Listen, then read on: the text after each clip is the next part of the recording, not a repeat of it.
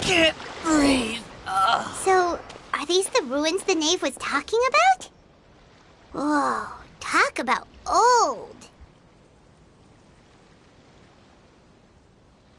They seem to be pretty ancient, all right. Let's go in and have a look. Just be careful.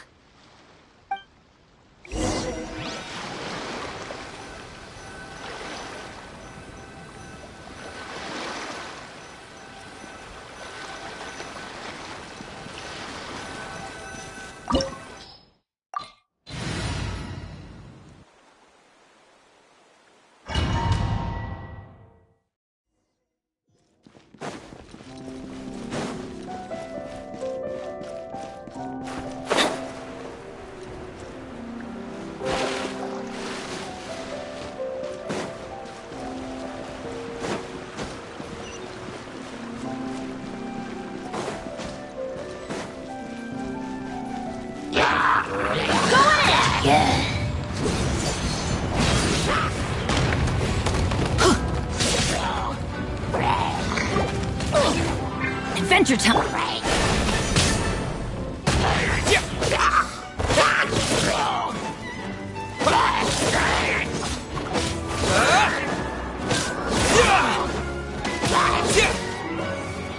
Terra Smash!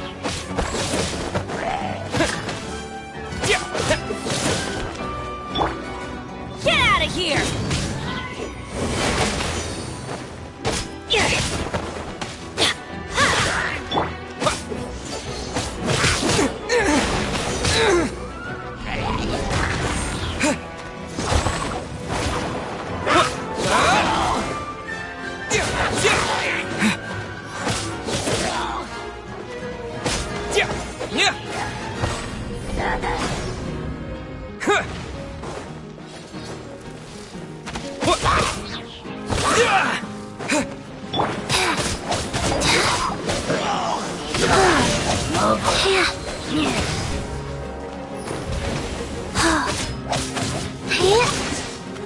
Wheel of life.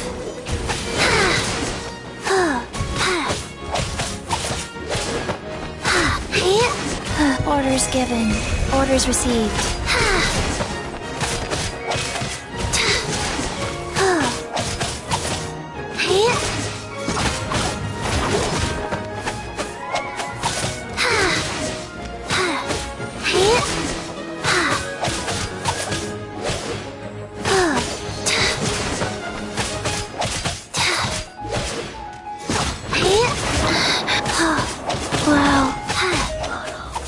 Dada Kundala.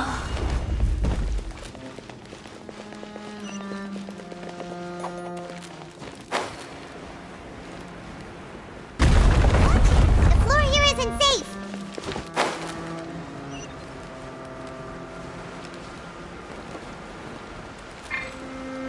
Oi.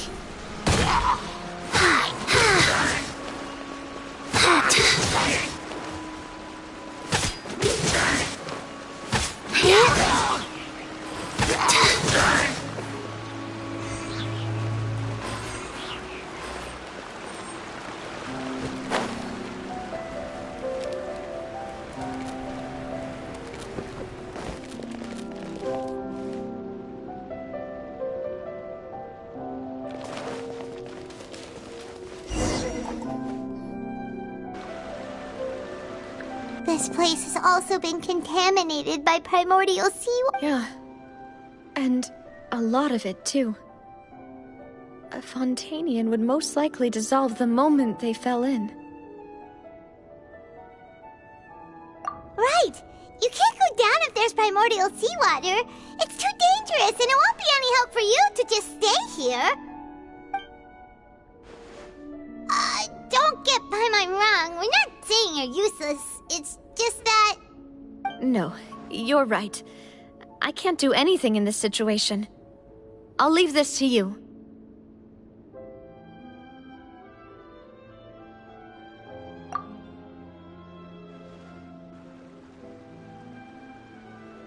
That complicates things. Maybe the only way left is forward. In that case, do you want to wait for us here? The water levels here are unstable, and there's a chance the water will rise. So staying here wouldn't be safe either. I'll go together with you. Perhaps we'll find the exit just up ahead.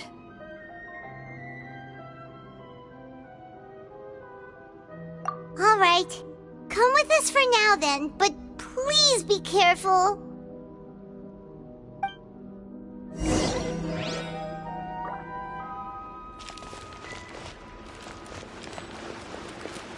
Oh no, it's a dead end! Let's try climbing over from the side.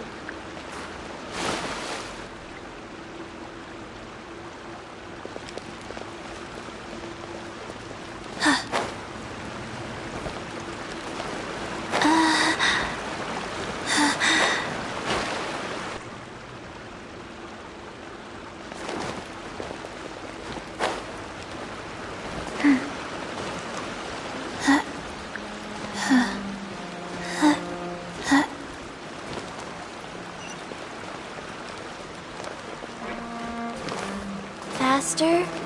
Okay, faster.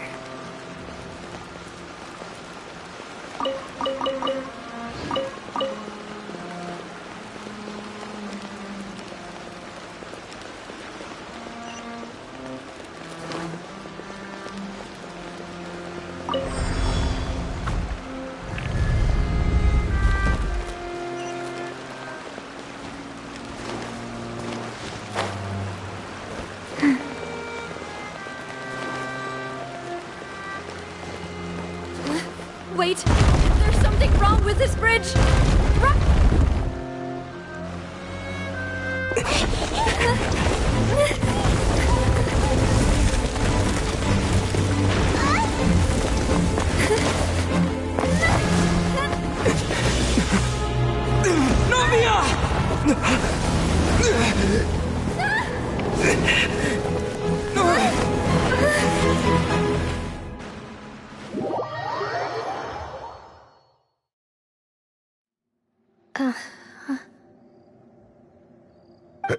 Demoiselle?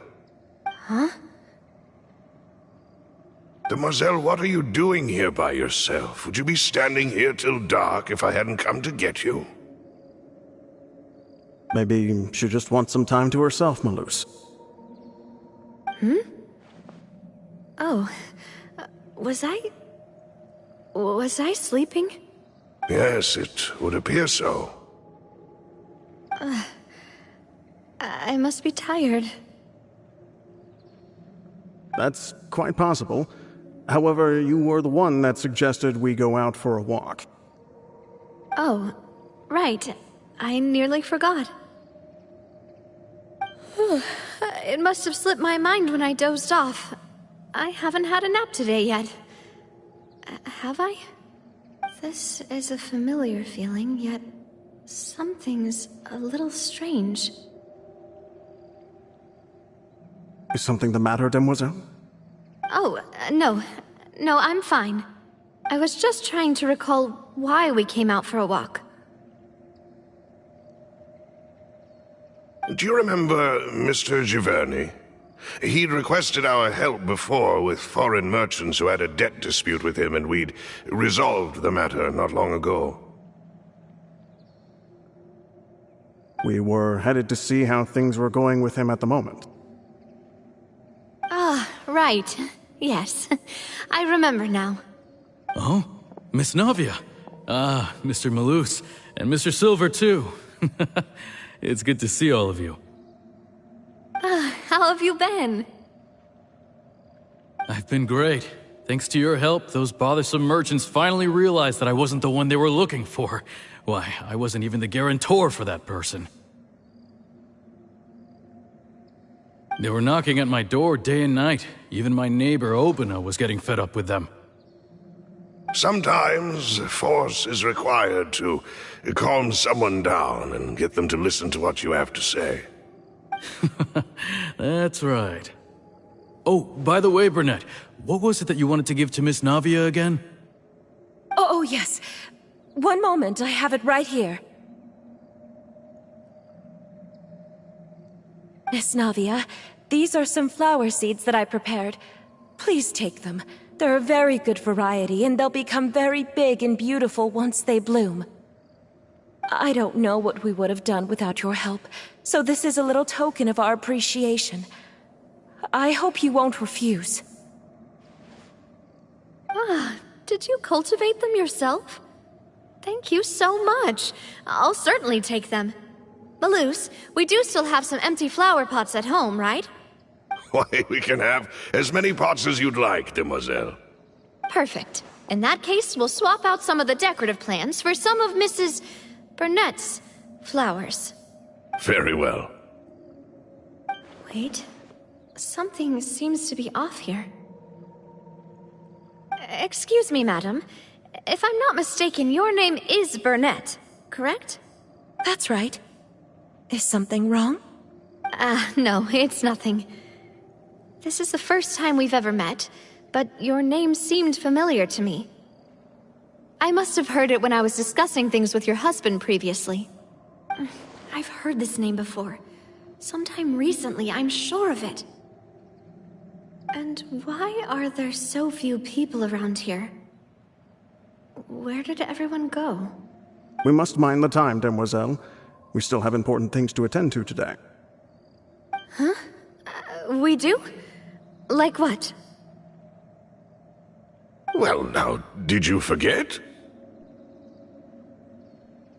Miss Navia, here you are. I've been looking for you. Please, come to the Opera House. Your trial is about to begin. My trial? Wait, why would I need to go to the Opera House? Yes, she's right, demoiselle. It's just about time now, so we should get going. Oh? All right then.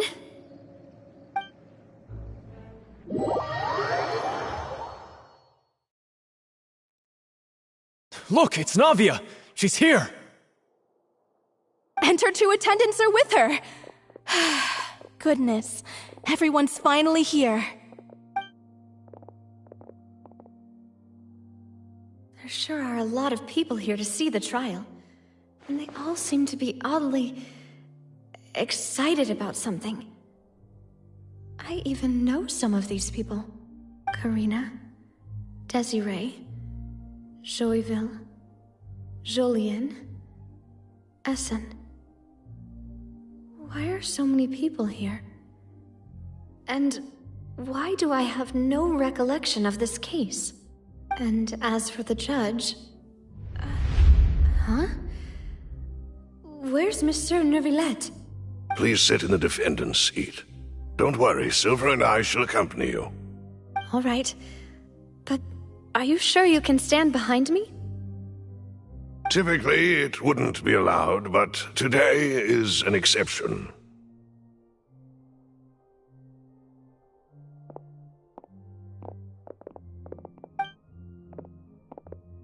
Hey, what kind of place do they think this is? Come on, do they have any idea what they're doing? Seriously. Enough with the whispering! Could someone please tell me where Monsieur Neuvillette is? And why I'm standing trial? My dear Miss Navia, have you not yet realized what you've done? In that case, allow me to explain. As all here know, you are Master Callus's successor, the head of the Spina di Rosula, someone held in high regard by every soul in Poisson. After you took over the Spina, you treated all of us just like the late Master Callus had. If anyone in need reached out to you for help, you responded.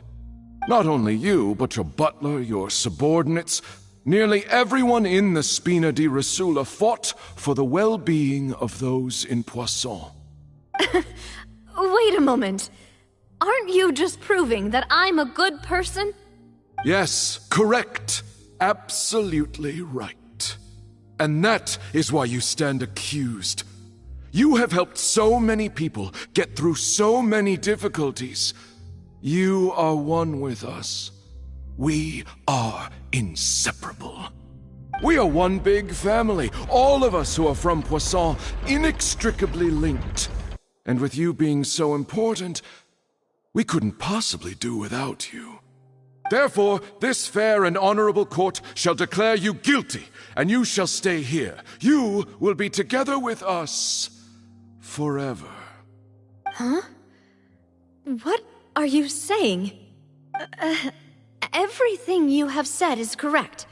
I have indeed done a lot for my hometown, and I would be willing to be with you all, but what is the purpose of having me stand here like this?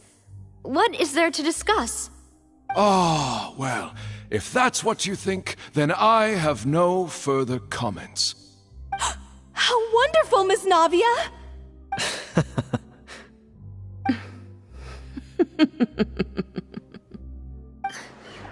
I know all these people. Why are they laughing? I seem to remember now. Yes, I get it. This trial is... Wait just a moment. This isn't right! Malus? What was that, Mr. Malus? Our conclusion is very clear and unanimous. Let the court judge her now. She's guilty! Stay here, Navia! You're one of us! Demoiselle, don't admit guilt. This trial means to keep you here forever. I wish to exercise my right to defend Our Lady. Mr. Joinville, you only know of Navia's goodness, but nothing of her utterly independent mind. She was born a free and independent spirit. She has never been tied down by anything. Indeed, even the death of Master Callus couldn't stop her. Her actions cannot serve as proof that she identifies herself as part of any group. She merely acted as an individual, extending her hand to help others. Please do not mistake her actions as being otherwise. Really? As an individual, you say? Don't forget, we are all Fontanians here. This is the nation of justice, the nation of Hydro. Even if Miss Navia only voluntarily rendered her assistance, that doesn't change the fact that her beautiful soul must return to everyone. Water accepts all, blends with all. It will surely accept her kindness. Everything is measured here in the nation of Hydro, and in the end, everyone shall meld together. Thus, when a unanimous opinion emerges, that opinion represents justice. Now I speak for everyone. Our opinion is consistent. Navia should stay. We and Navia are one. And you would call this justice? Preposterous. You are merely jealous that Demoiselle still has a chance to exist as an individual. Have you forgotten how much you all once longed to become individuals, to become independent? Do you mean to defy our justice? If your justice is flawed, then why should we acknowledge it? As you said, we can also have our own justice. Silver and I shall defend Demoiselle. And that is how we will enforce justice. Ugh, my head... It hurts. Demoiselle! Silver, it hurts. My head is spinning. All I can see is stars swirling in front of me. I remember now. Everything that seemed odd from the very beginning.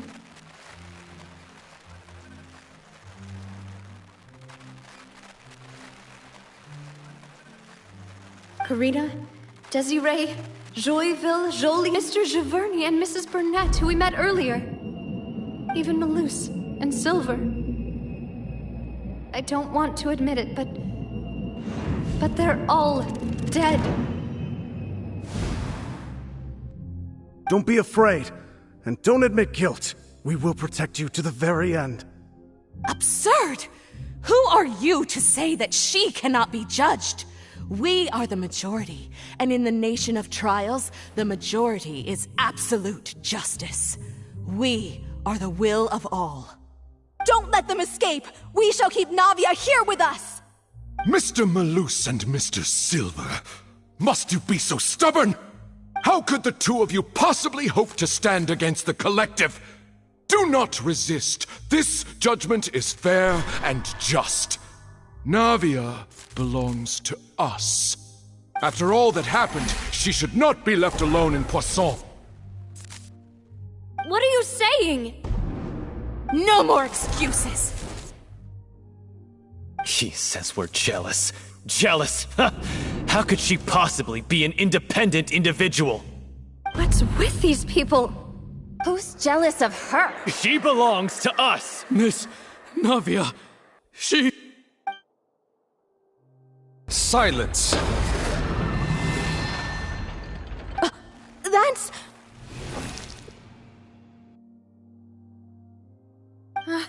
Monsieur Neuvillette! Such commotion is prohibited in the court. The accusations you just presented are nonsense and cannot constitute a proper trial. The court will adjourn for the rest of the day. In this, I shall hear no objections from any unauthorized party. Our thanks, Monsieur Neuvillette. Please leave with me, Miss Navia, while there is still time. But... Go on now, demoiselle. This is your only chance to leave this place. What, can't bear to leave us behind or something? Malus. My apologies. I couldn't resist making one little joke once I realized that this shall be our last goodbye. Malus... Silver... Quickly, you must come now! Goodbye, demoiselle. Farewell.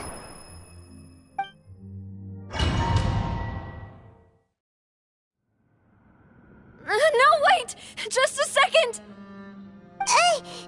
Navia? You're awake. Good. I must have been dreaming. Malus and Silver were still alive, and they were defending me at some insane trial. It looks like you're all right. Did all the sad feelings cause you to have a nightmare? Paimon could give you a hug. The ruins you were exploring suffered a cave-in. When I arrived, I found you falling toward the water. You were just about to be dissolved within, but I...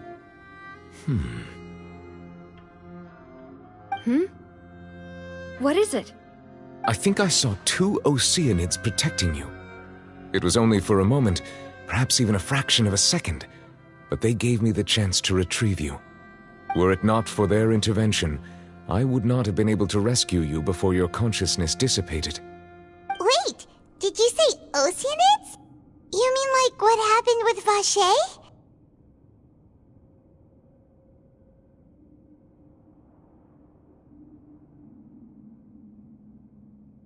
Perhaps those two Oceanids were the people you saw in your dream. I always told them that they didn't have to protect me.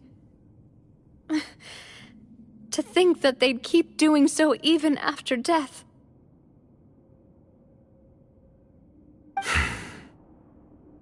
Please come with me.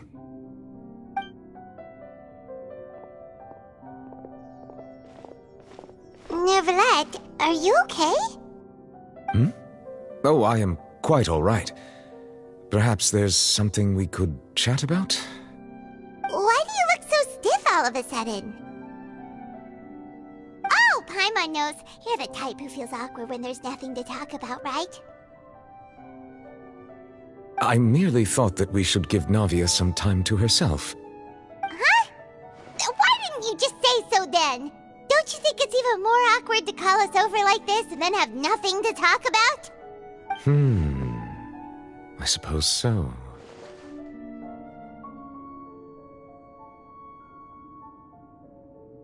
Ah, Sigewinne. I hope all is well with her these days. Her work in the Fortress of Meropide has not been too much for her, has it? No way, don't worry. She's doing fine down there. She's an amazing head nurse. I see. Well, that is good.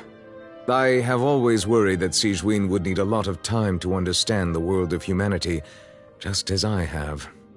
Oh, and the Duke also says hi. Even though Sigewinne made him do that. He hopes that you haven't been overwhelmed by all that's happened lately. Thank you. I have indeed been busy lately, and I also hope that everything is going well in the Fortress of Meropide. He still doesn't know what to talk about. Let's chat about something else then.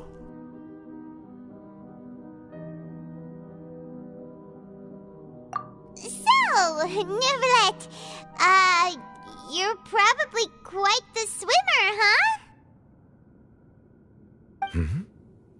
Yes, of course. This isn't going anywhere. Let's try something else. How did you find these ruins? Did the knave tell you? Yes, in fact. I had arranged to meet you in Poisson, but when I arrived, I discovered that the Fatui were helping the residents evacuate. They had even transported a large quantity of supplies to the area. Amid my astonishment, I ran into the knave, and we had a chat. She informed me that she had asked you to investigate the ancient ruins here. Yeah, we originally planned to meet up with you, but we thought you might still be busy with all those official documents. We didn't think exploring the ruins would take very long, and who would have thought you'd wrap things up so quickly?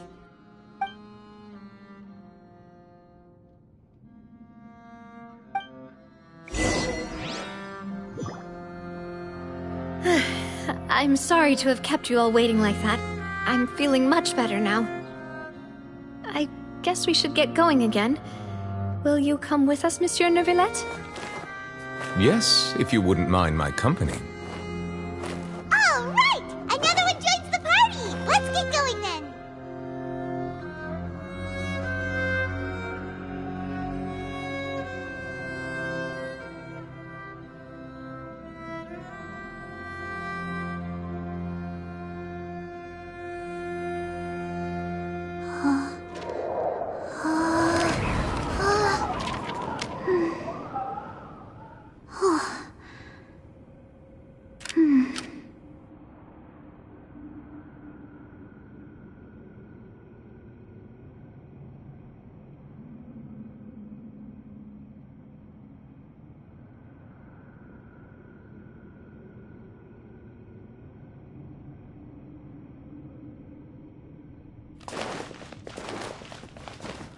Faster.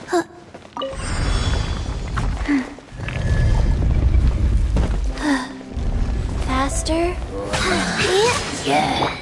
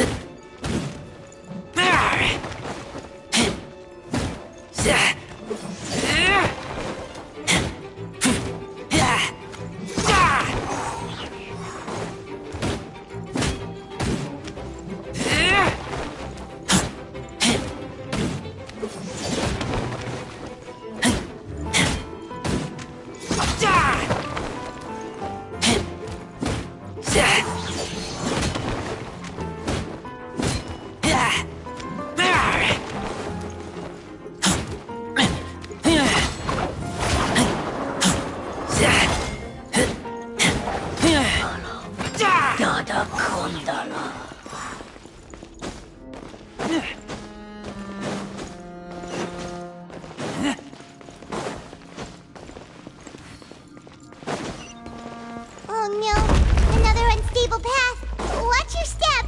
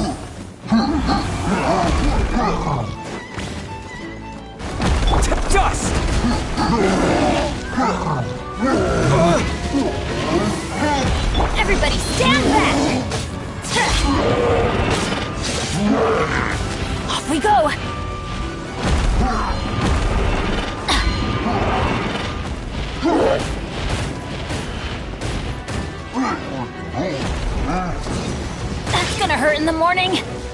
Get out of here!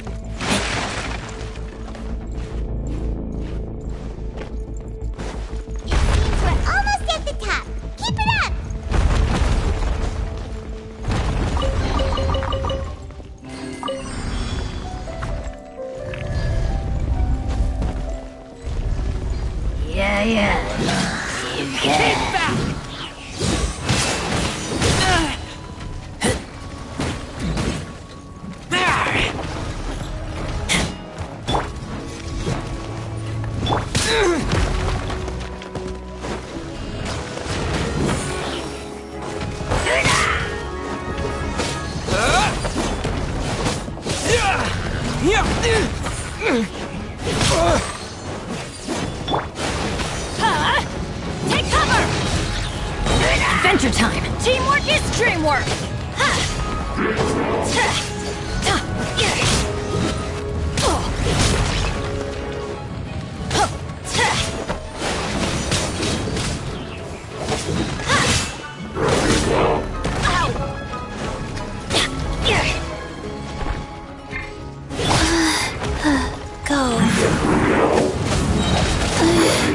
Opening box of Adepti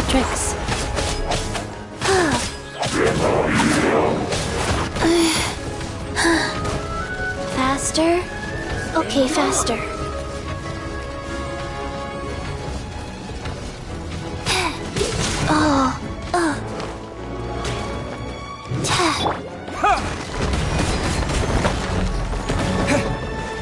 Terra Smash!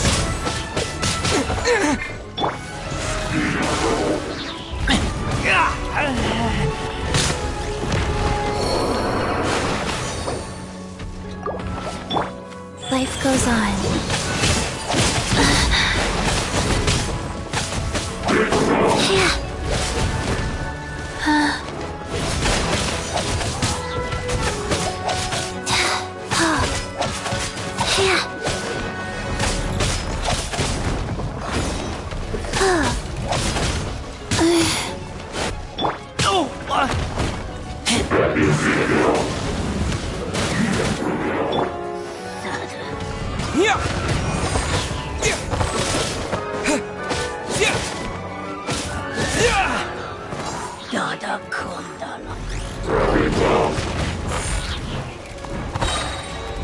Quick!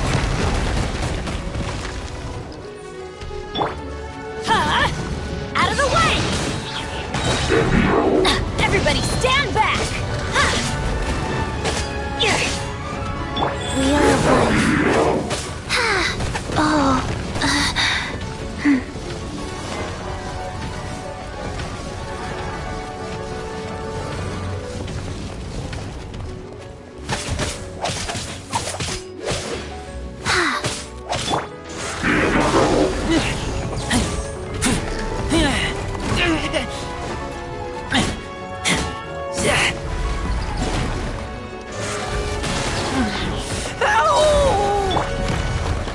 Terra Smash! Get out of here! Out of the way!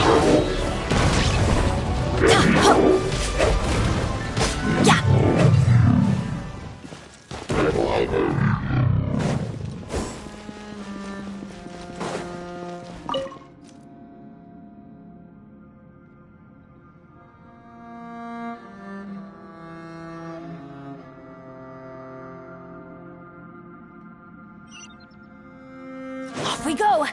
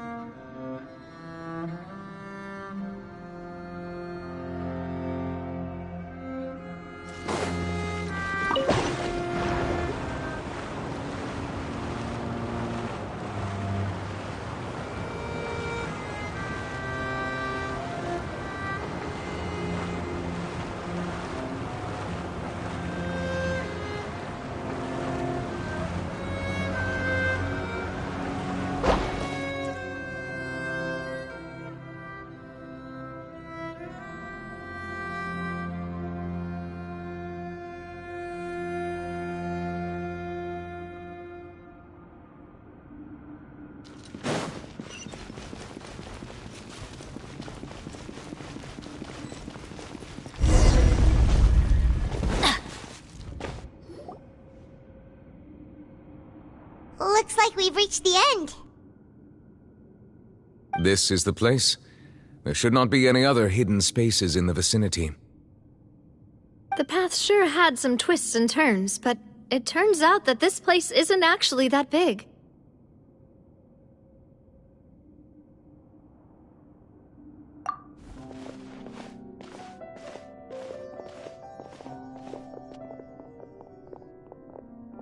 Stone slates? It seems like they were put here as an offering. Could we take them down and have a look? Perhaps we should just leave them be for now.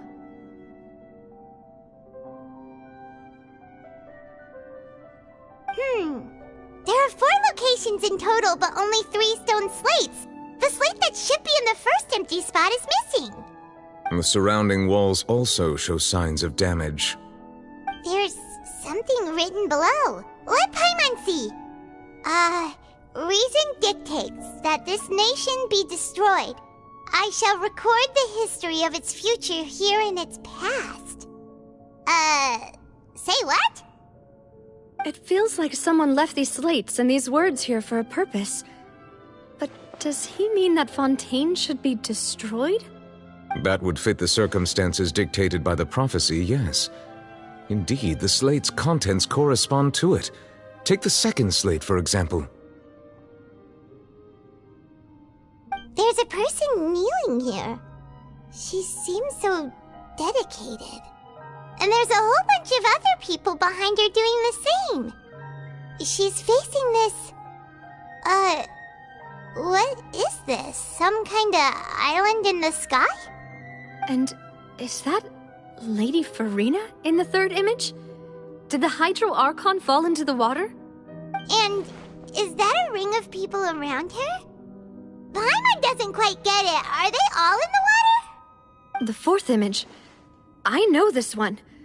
This exactly matches the content of the prophecy.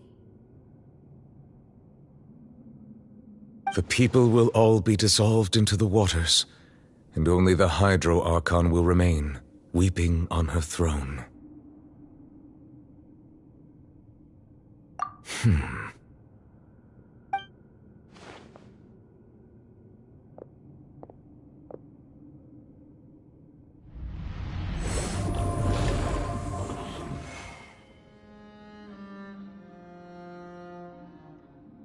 More information should be hidden in these slates, but I fear I cannot easily uncover it, most likely due to us missing the first slate. I am very sorry. Don't blame yourself, Monsieur Neuvillette. Deciphering ancient stone slates isn't one of your duties. Ooh, Paimon's getting the chills just looking at these slates. This says that it's the history of the future, right? That means the prophecy's sure to come true. I really hope it doesn't mean that. Still, Paimon feels like these images are kind of weird when you look at them together.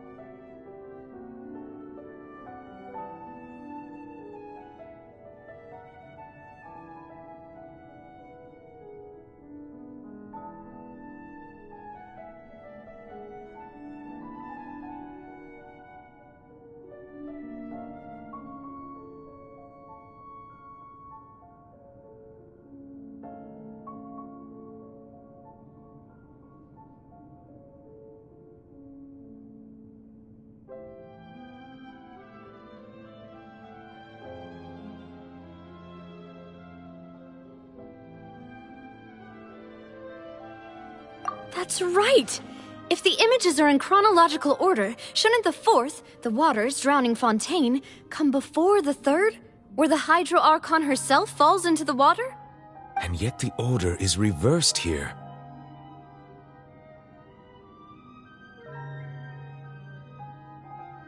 If we go by timing, Lady Farina only emerges in the third image. That means that the person in the second image might be the previous Hydro Archon. Egeria, then. I had never met her, but her appearance here does match the records. The previous Archon kneeling before the floating island in the skies, as if confessing a sin. Did she herself commit that sin? And if not, why would she be in such a posture? Also, I'm still wondering why these ancient stone slates are here at all. Judging from their contents, could this place be the origin of the prophecy? Does that mean that someone, or some people, once saw these slates? But who would have created these slates and left these words here?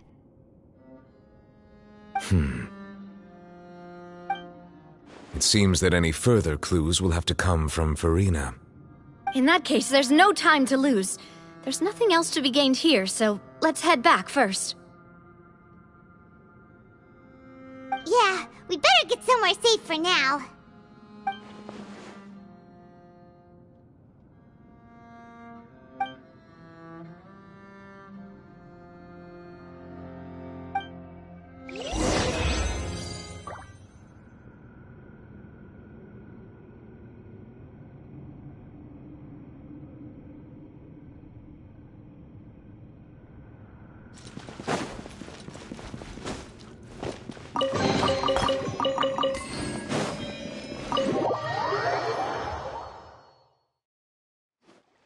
Let's split up here.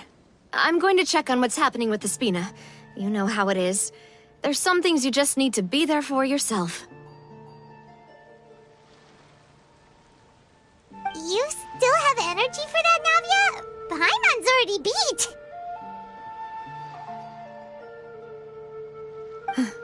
Just head back to the Fleuve Cendre and have a rest then.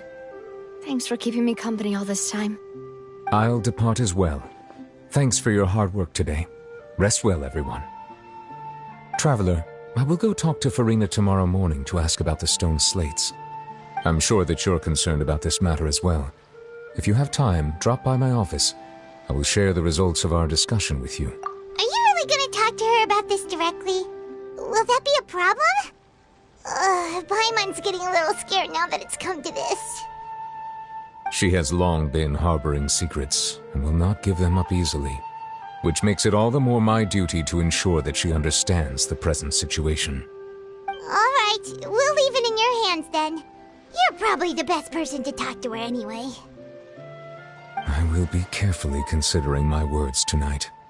Traveler, Paimon, our safe house at the Fleuve Cendre is always open to you as ever, so please don't think you're an imposition. All right. I'll be on my way then.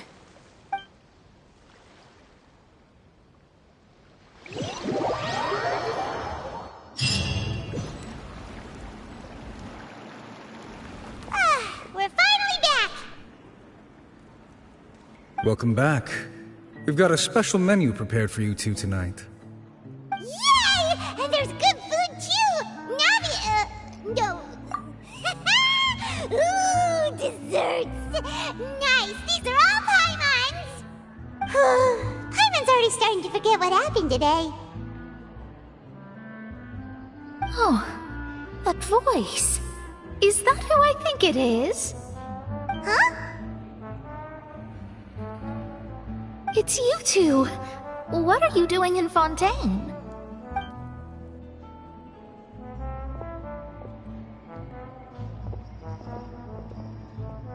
Mona?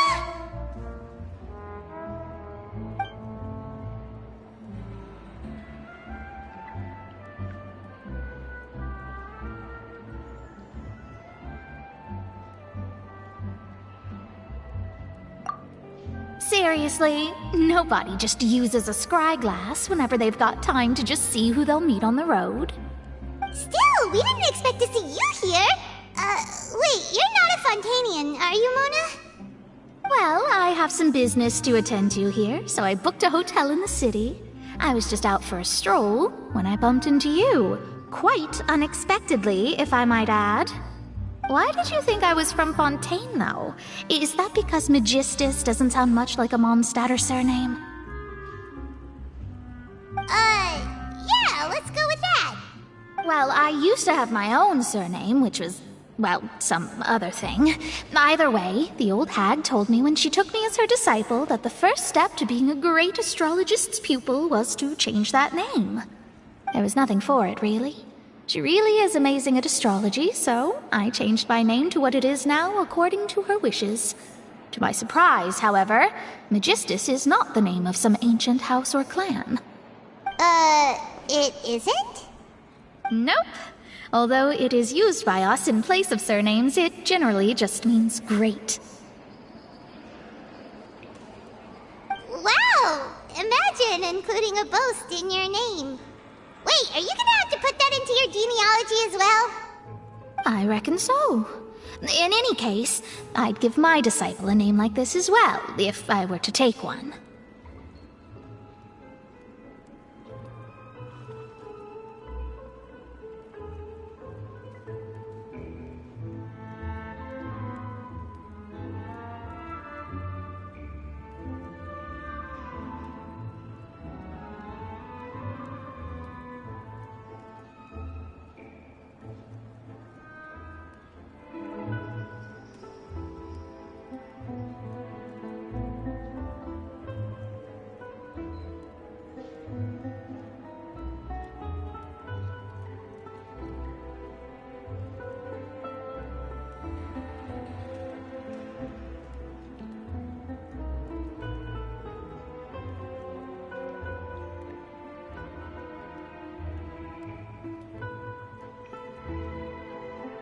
Astromancer Barbeloth Trismegistus.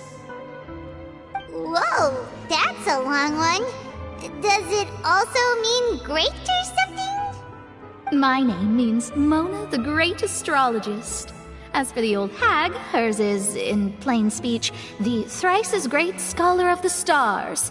Just take it as a title specific to astrologists. Thrice as great? That's so petty. I know, right? That's just how she is. She used to call herself Magistus, actually, but when she took me in, she changed her name to Trismegistus. Talk about excessive. Magistus is thus the calling card of our school, so to speak, which makes it about the same as a surname.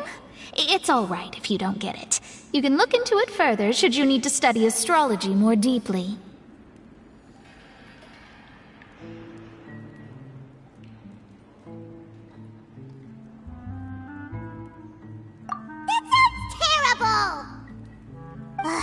But anyway, you're not Fontanian, are you, Mona? You're from Mondstadt, right?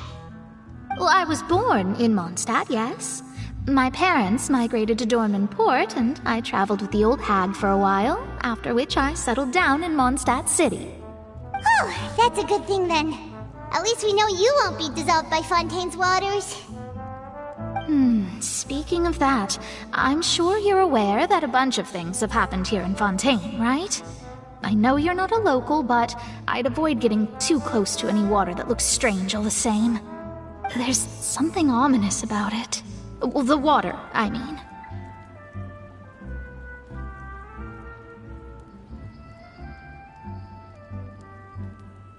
That was the main reason, yes. Just a while back, the Steambird invited me to take part in a panel and speak about the circulation of the prophecy as an astrologist. The invitation was sent quite early on. I don't think anyone expected Fontaine to be in this much trouble. What do you make of that prophecy, Mona? Just tell us what you think as an astrologist. Your word would go a long way to make things more certain and less scary. What I can tell you is that I'm an astrologist, and that this prophecy concerns the fate of Fontaine, even that of Ultivat. Ascertaining this is akin to reading the fortune of the whole world. I'm afraid that this is not something that just anyone can do. If I could do it, you would no longer call me an astrologist, but a visionary. But on the flip side, the prophecy is so huge and powerful that it must surely come from a powerful visionary. Its contents involve the fate of the world. Disregarding it would be a mistake. A visionary? Sounds really powerful and all, but does such a person really exist? Of course. The old hag could do it, and I'd bet there are others amongst those Hexenzirkel colleagues of hers who could do something similar.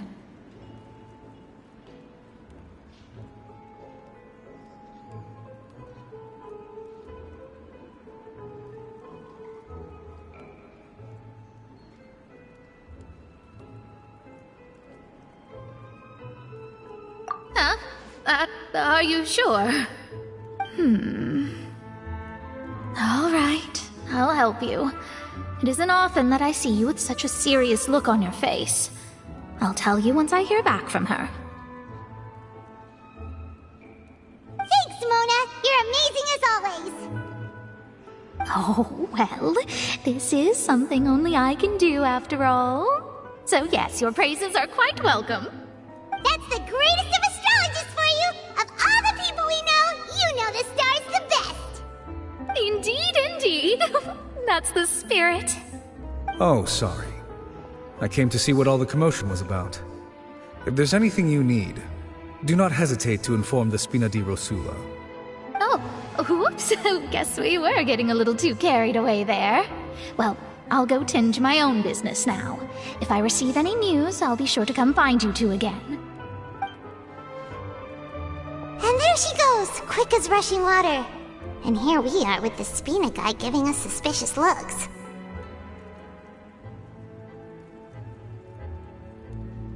Right, but we were able to recruit Mona's help, didn't we? Our Fontanian friends will thank us someday.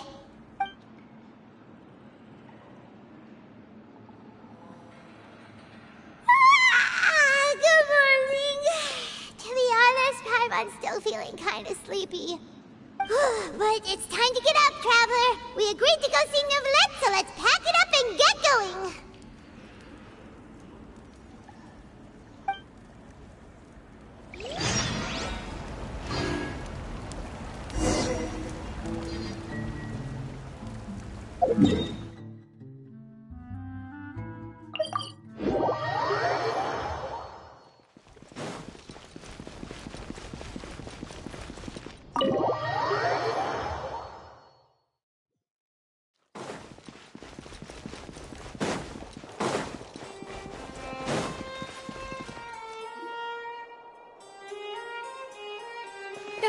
You're here!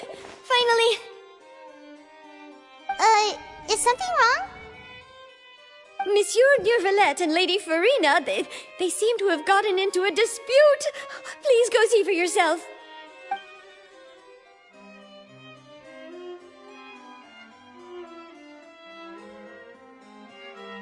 Like I said, I've already explained everything. And yet the problem has not been properly solved. There is little space for excuses between us. It is not my intention to offend you, but please, tell me where you stand. You are the Hydro Archon Focalor, are you not? Look at this. This is a list of the victims from the recent Poisson incident.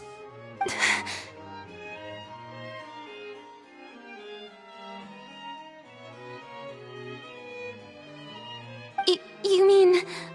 they're all... We did not arrive in time to avert this disaster, and I will not have it happen again. I will say this once more. You must tell me everything you know. Yesterday, I found 3 stone slates in some ancient ruins near Poisson. Do you know anything about those? Seriously? You're questioning me like this is a court case now. I don't know anything about that. But you found them in some ancient ruins, you say? That's correct, which is why I came to ask you some questions. There should have been 4 slates, but one of them was missing. The other 3 feature different images that seem to correlate to the prophecy. The prophecy? The second of these slates depicts the previous Hydro Archon Egeria kneeling before a floating island in the sky, as if confessing something. Do you know nothing of this either? I don't. I've never seen such slates. I'll ask you again. Do you really have no information regarding the previous Archon? My deciphering of the slates indicates that the Hydro Archon Egeria once had to confess to, or apologize for, a certain sin. If anyone would know about it, it should be you. All gods don't have the same secrets, you know. She was herself and I'm me. Is it really so strange that I know nothing? I understand your concerns, but I'm sorry. I just don't have anything to tell you. Forgive me for saying this now, Lady Farina, but I have long known of your various secret investigations into certain matters. There are several indications that you have been investigating the prophecy on the sly. This is not strange in itself, considering that you are the Hydro Archon. But it is strange that you should also claim to not know any of Egeria's secrets, as well as do nothing following your inquiries.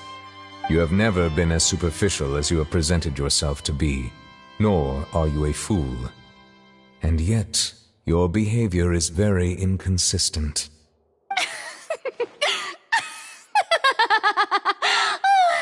So you've been watching me all this time, have you? I didn't think you were that type. You... Well, since you know about my secret investigations, then you should know I'm actually working to take care of it. There's no point questioning or suspecting me. You're the Eudix, but you're still my subordinate. You should be following my lead. Just trust in me, you're Archon, and do as I say. Never mind whether you can truly convince yourself to or not. It'll all turn out fine. That's all I have to say. We do not discuss this matter again.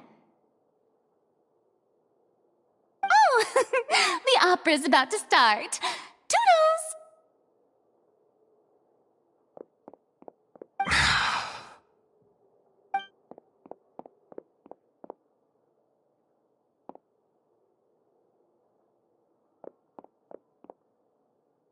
Did Farina not notice us standing by the door?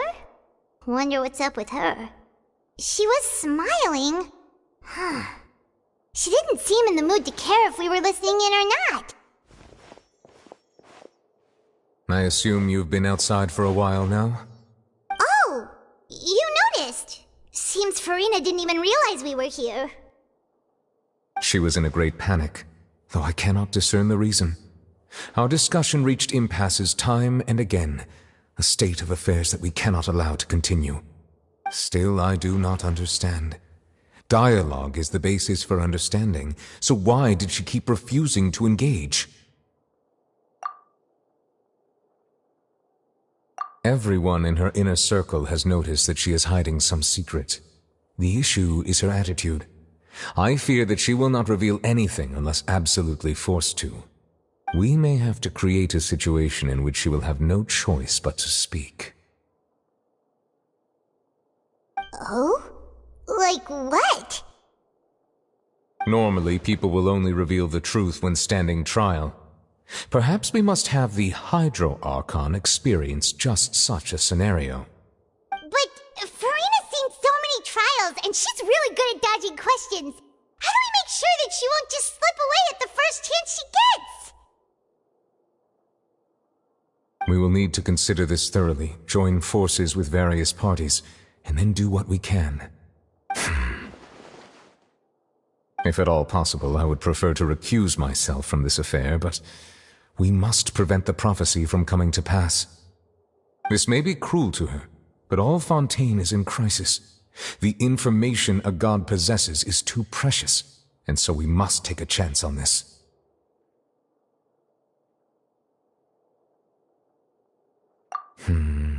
But who will lend us their aid to do such a thing?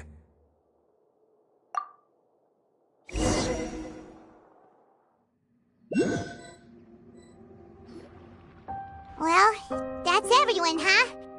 Speaking of which, it was pretty smart of you to think of hiding here. Poisson was just involved in a disaster, so it's presently devoid of people. That naturally makes it the best choice. And here you are drinking tea like it's the most natural thing in the world, huh? That's what family should do. Sit and enjoy a leisurely time together. It's nice to enjoy tea here, you know? Care for a cup? Lend me your ears, everyone.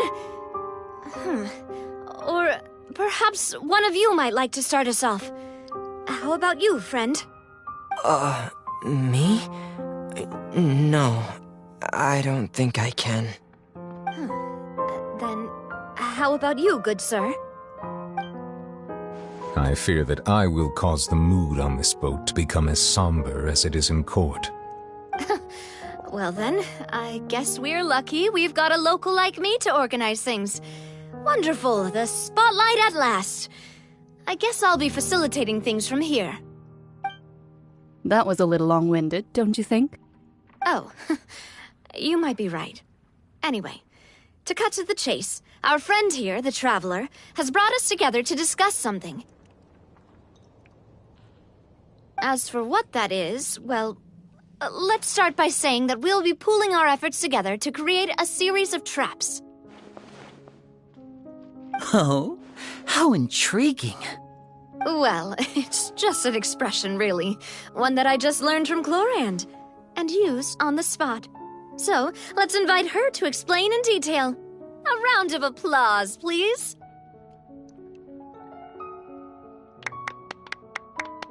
Huh?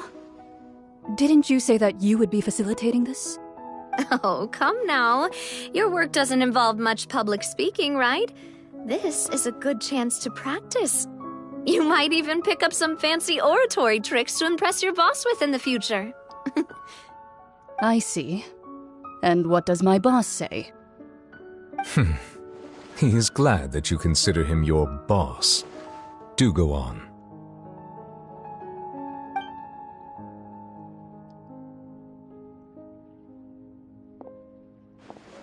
In that case, do any of you have experience hunting?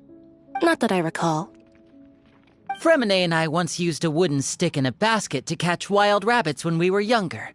As for Lynette, oh, right. You were sick that day, weren't you?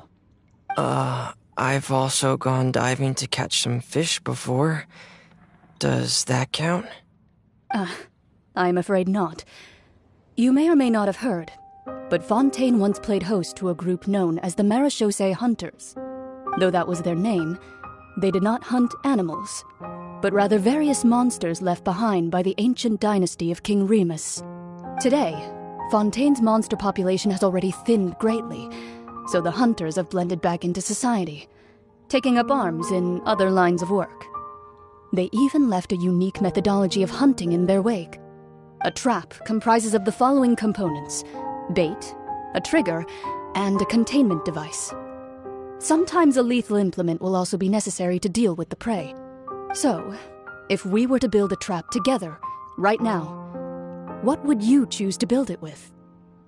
For me, I would prefer something basket-shaped. Pigeons and rabbits will see the bait and naturally enter the snare. Our line of work requires a deft hand, and we're some of the best in the industry, so you can count on our techniques. You used some of those techniques while moving the people of Poisson, didn't you? My subordinates mentioned that you even performed some magic for the bawling children. Yes, and I even managed to gather some intelligence in the meantime. I'm quite the multitasker if I do say so myself. I'm afraid I can't claim that as my strong suit. I prefer more stable methods, like placing bait in the water and waiting for the fish to come within reach. That's the kind of method I would count on. Calm and steady. Exactly the kind of person who would catch loads of fish. And I can be their assistant. With discretion, I'm sure. I'd probably use some sort of mechanical animal. Papa once bought me some small clockwork squirrels, mice, and such. When placed in the forest, they can attract others of their kind. I remember that you liked those too, didn't you? I did. And that would be a good way to go about it. If they're realistic enough, animals of the same kind will follow them all the way to the trap. What about you, Monsieur Neuvillette? I fear I do not have any related experience. That makes sense. You usually solve problems directly, without the use of any such tricks. But I do have one more question for you, Monsieur. If we were to create a trap now, how would you design it? I would like for it to be effective, but bring no harm to the prey. A more gentle trap would be ideal. Kind, as always. However, our intention doesn't necessarily change the containment device and the type of implement we need. If we wanted to kill the prey in one strike, we would need a powerful implement. However, that also goes for prey that must be captured and safely contained. Wait, why's that? Only a hunter who's a true expert at subduing their prey can snare it without harming it. The line that divides life and death is often exceedingly thin. So are we going hunting together? Huh. We hadn't thought of seeing ourselves as hunters. It kinda works, but maybe it's still not the best metaphor. If our means of capturing and dealing with our prey is to put them on trial, then the hunting metaphor is actually quite accurate. But we shall require much more courage than any hunter to judge a god, a being whose seat is an exalted throne.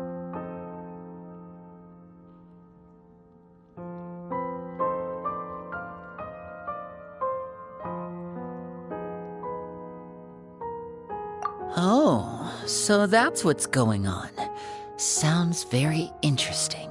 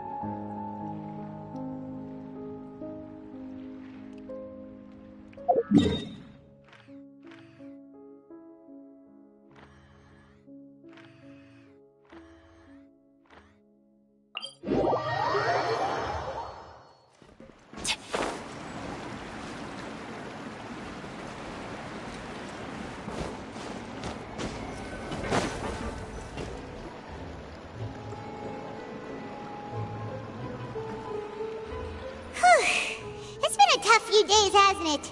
So much has been happening. Paimon didn't think the meetings would go on for so long, but everyone seemed pretty fired up, huh? Paimon thought they'd be at least a little frightened. Well, Fremine was, now that Paimon thinks about it, but everyone else just looked a little surprised. Well... It's hard to say. Paimon doesn't have any experience with this sort of thing. But with you around, Paimon sure will do great. After all, you're the most reliable person in the world, aren't you? Did you just pour some tea? Paimon didn't notice you doing that at all. Then what's that? Paimon's never seen that cup before. Don't be frightened.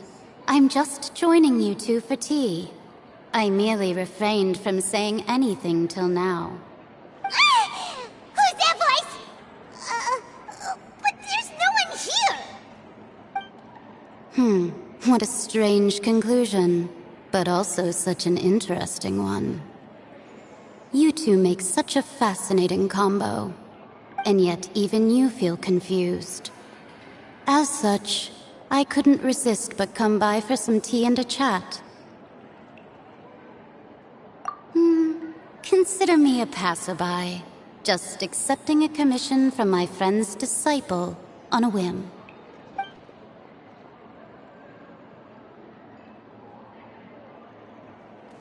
Precisely. Call me N, a mage who wanders the world. At least, that's how my friends have suggested that I introduce myself. The prophecy. Yes, what has been prophesied will be fulfilled. You may view such things as the history of the future. What? Then is there any way we can stop it? People call such things fate, and it is written in the stars. It cannot so easily be altered.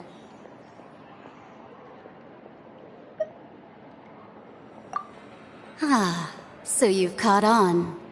Just as prophecies are usually only the future as seen from the perspectives of the gods, could things be happening in hidden corners where the gods' gaze does not fall? Are the things that you shall see different from the fate that the gods perceive?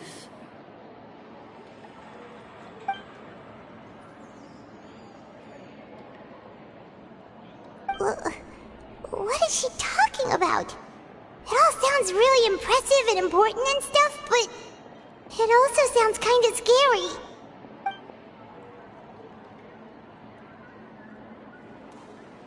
I believe that you understand, right?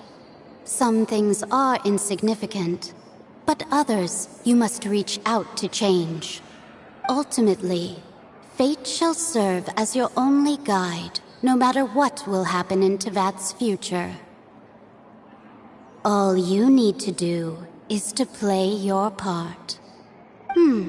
This was good tea, by the way. Thank you for your hospitality. Well, that'll be all for today. The voice. It's gone. What?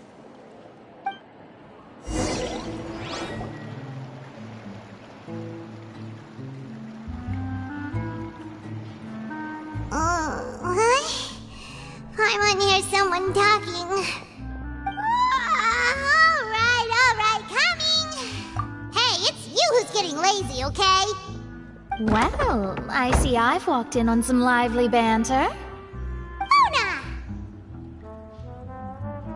Fine, just fine. I went to take part in that Steambird panel. It turned out to be more interesting than I expected. Not all Fontanians are pessimistic about this. One journalist mentioned that sitting around and waiting for the end to come would be wrong, and that they should make their own rescue preparations. I agreed, so we had a brief chat with her. Did she have pink hair by any chance? Why, yes, it was Charlotte.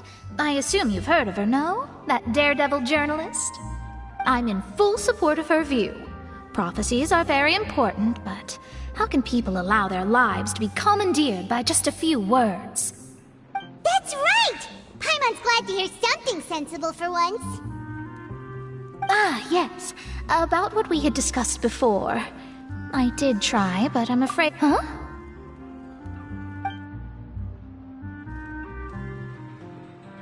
Goodness gracious. Are you serious?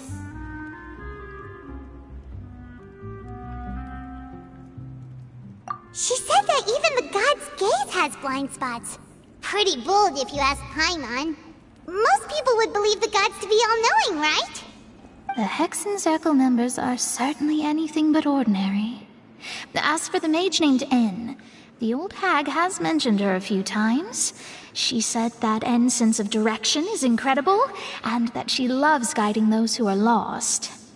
But I've never met her, and if she were still alive, she'd be... Well, suffice it to say that the hag's at least a few hundred now, and N's been around for longer than that. Whoa. The Hexenzirkel sounds like a scary group. But they must really stay in shape to live so long. Their abilities alone are pretty terrifying. If she came to see you personally, then the problem you're facing must truly be of great importance. Well, it's not like Paimon could understand anything she said.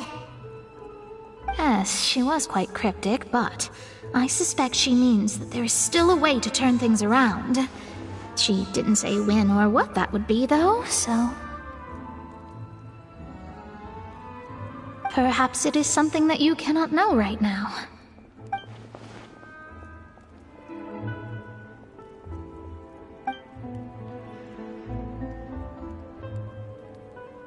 Traveler, Paimon, are you two all right? Oh, we're fine. We're just a little down right now. It kind of feels like the end is coming, you know? I see. I feel that same sense of desperation, too. I guess you could consider me someone who has often witnessed fate. So far as I have seen, it cannot be swayed. But even so, I still hope for, and believe in, miracles. Astrology is eternal and rational, but fate may not be. It is cruel, but it can also be beautiful. Perhaps that's what En was trying to tell you. Not to lose heart, and to believe that what you are seeing playing out before you is not yet set in stone. I did originally think of steering clear of all this, but I couldn't. Even if this is all futile, I still wish to help everyone. If we don't struggle to the last, then how can we face the end when it comes? Huh. You do have a point. There I go, talking about astrological principles again. Sorry about that. The moment I start talking about work-related stuff... I need to get going. It was worth trying to comfort you, even if only a little. I believe that you'll help those who are struggling in the same way I did. I suppose that might be why we always seem to meet by coincidence.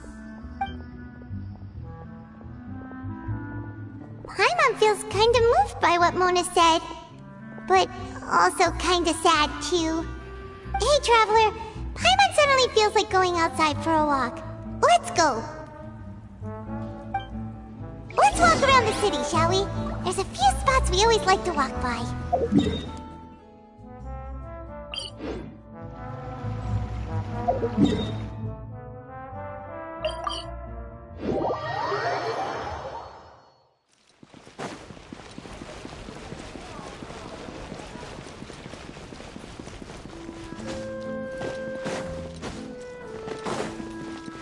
Off we go!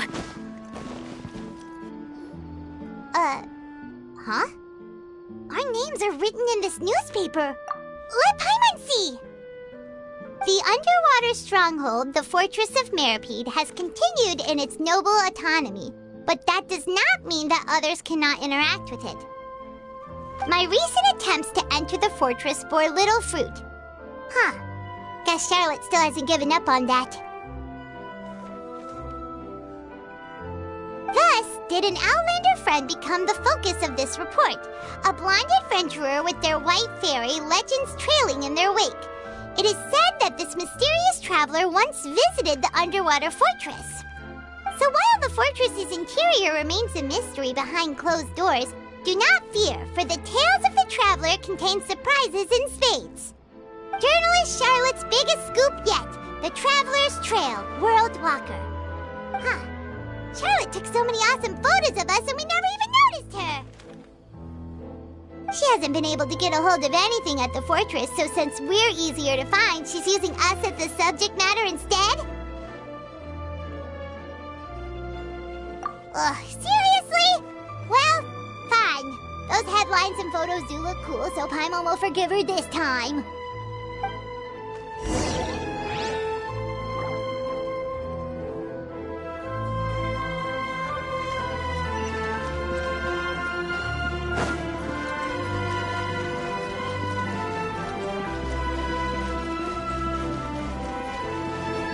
Adventure time!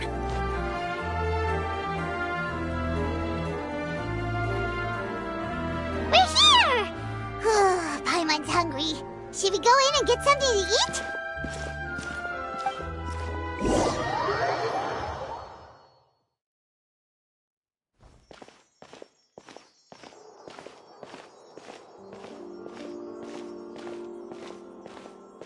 Hey, quick! Look! That's the limited edition, only 16 slices a day cake!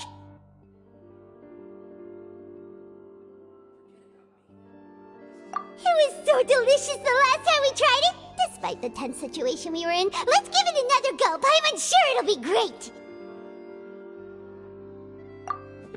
One slice of cake, please. Someone showed up after all! Oh, wait, you're the one from the Palais Mermonia. Oh, are you here to buy cake too? It seems Monsieur Nervalet was right. You really can eat. Wait, did he really say something like that? That's right. Even he has his own preferences when it comes to food. As for me, I love the cake and coffee here. Do you come here often? Usually every day.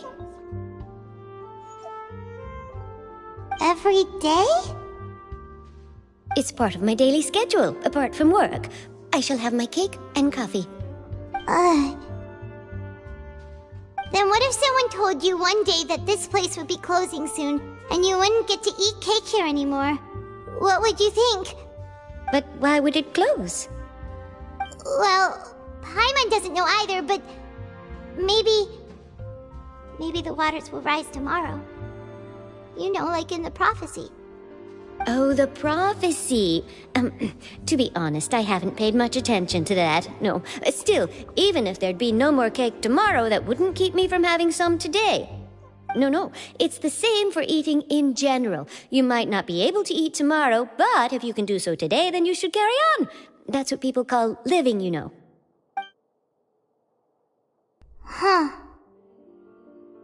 Don't be sad. Excuse me, could I have 2 more slices of cake to go? These 2 slices are for you. Sijuin said that this kind of expression you're making is what humans call being sad. Oh, you know Sijuin? I sure do. She was born before me, and she sometimes comes to the surface to teach us things about humans. She said that humans are creatures that are saddened easily, yes, and you can only lift their spirits by feeding them delicious food. So please try the cakes here. I've got something else to do, so I'll be going now. You two try to stay in a good mood after eating, all right? Bye.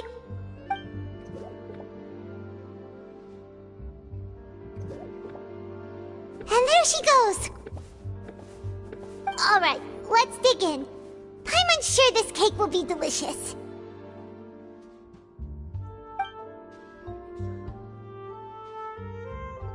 It's more delicious than last time!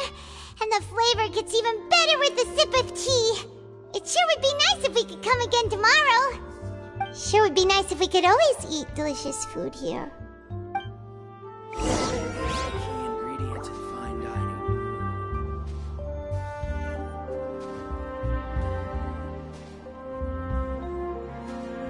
Benny's Adventure Team, assemble!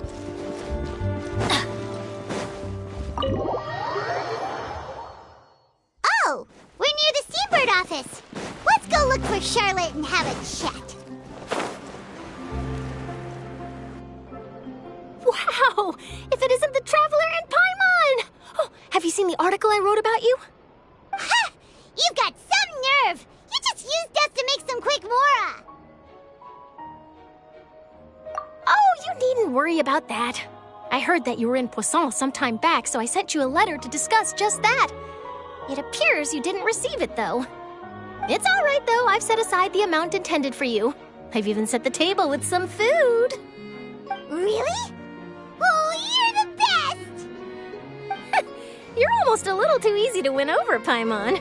If I were a journalist with ulterior motives, you'd be in trouble now, you know. Oh, Paimon knows you're not like that. Still, what brings you here all of a sudden? Were you looking for me? A friend of ours met you a while back, and when she mentioned it, we thought of coming to see you. Her name's Mona. Ah, so you know Miss Mona as well. She's a guest columnist for our paper. Really good one, too. She's so young and already such a brilliant astrologist. So she mentioned me? What did she say? She said that you're a real daredevil of a journalist. Nice. In which case, can this daredevil journalist dare to request an exclusive interview with the legendary traveler and Paimon? Huh? So your article in the paper today doesn't count? Oh, of course it doesn't. That was more like live photography. What I'd like to do is dive deeper and ask you to talk about the things you've seen and experienced.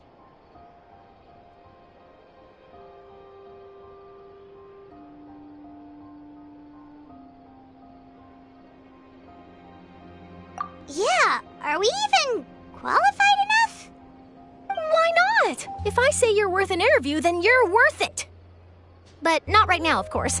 I'll need a few days to prepare. Oh, in that case, we'll just chat when you have the time then? Oh, so that's a yes? Ooh, splendid! I'll tell the editor-in-chief immediately. I'll have to apply for lighting, a venue, some props, and... Whew, so much to get done now. Talk to you later. Wait, Charlotte, Paimon's still got a question for you. And what's that? If, just for example, Fontaine were to be flooded tomorrow, what would you do today? Huh, that's the prophecy you're talking about, isn't it? I mean, I do hear about it often, but I've never once thought that the day could be tomorrow. If you're seriously asking, then I might try and think of a way to leave Fontaine. Oh, but I'm still a journalist first and foremost. That means I have a duty to be reporting from the scene. And secondly, I wouldn't forsake my homeland that easily. From what I've seen, most people don't know what they'd do should the worst come to pass. In truth, it might be better just to behave like normal rather than worry over such an end. So in all likelihood, I'd probably still be prepping at the office for that interview of ours. I know what you're thinking. That sounds a bit sad, but I've always believed that it's best to do what you enjoy. Just think about it. If this nation really were to be suddenly destroyed tomorrow, but I still successfully finish an exclusive interview with a truly unique person, then the story I would wind up writing would truly be timeless. And then do you know what I'd do? Well, I'd write that story, send it for printing, and use messenger pigeons to get copies out to the various nations as soon as possible. I'm not a dreamer, nor am I a workaholic, but I do love my job, and I'd be proud of leaving such an article behind. I guess you could say that I was born to be a journalist. But anyway, that's my answer. And on that note, I'll get back to my preparations. That's so nice. All of a sudden, Paimon actually kinda envies her. Anyway, let's go and take a look at the sea, shall we?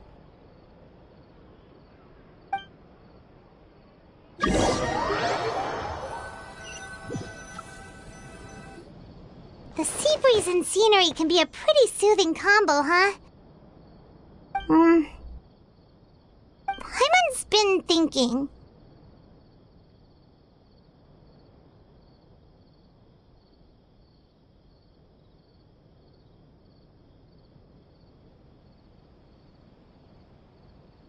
If it wasn't Fontaine, but all of Tevat that would be destroyed tomorrow, where would we go and what would we do? No, Paimon should ask, if you could choose, what would you like to do?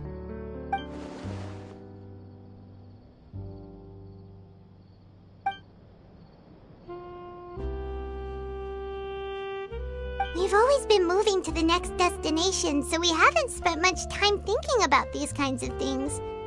We didn't have to either, with us always being on the road and whatnot.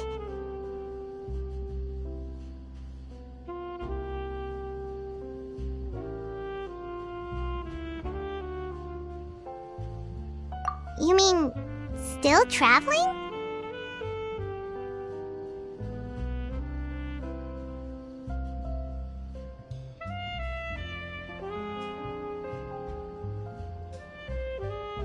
Huh. Wait, isn't that what we've always been doing?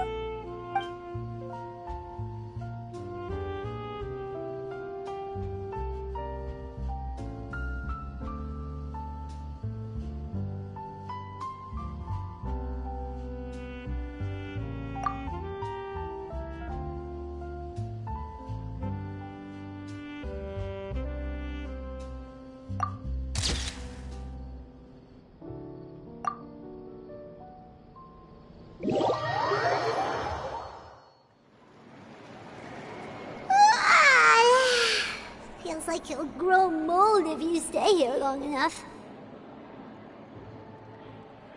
But it's still better than the Fortress of Mirapede, that's for sure. It's not only damp there, but salty too. Ah, so the two of you are still here. Wonderful. Oh, you're from the Palais Mermonia, aren't you? Yes, I'm Isadora. Monsieur Nervillat sent me to look for you two before. I heard that afterward you went to the Fortress of Meropide.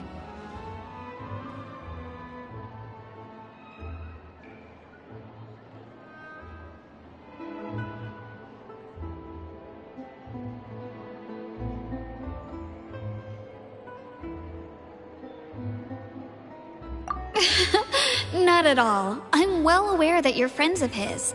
Actually, I'm here to pass along a message from him.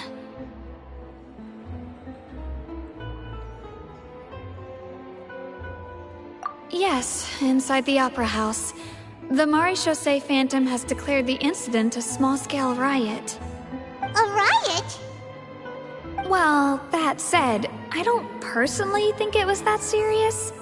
Lady Farina was watching a performance at the Opera House, and while she was resting during an intermission, some other audience members suddenly started harassing her, loudly accusing her of doing nothing about the prophecy crisis.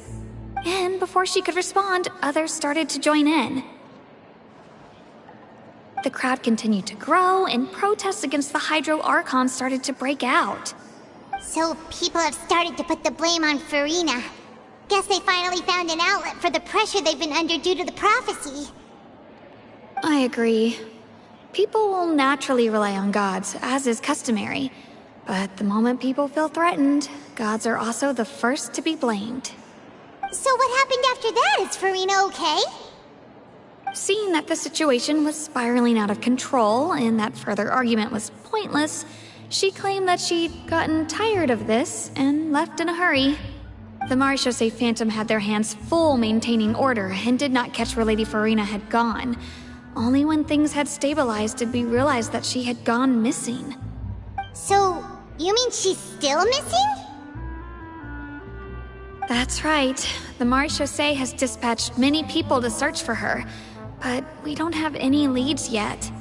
That said, I don't think there's much to worry about. She is a god after all. Even if she were to fall into the hands of rioters, what could ordinary people do to her? Good. Monsieur Nervillat sent me to tell you about the situation, but he didn't say anything else. Don't worry, this is more than enough to go on. Thanks for keeping us informed. Ah, is that so? Well, alright then. In that case, you two take care. I'll be heading back to the Palais now.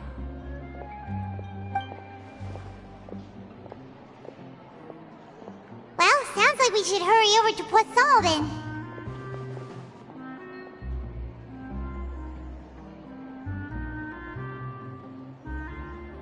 If we know Farina, she won't try to fix things in this situation.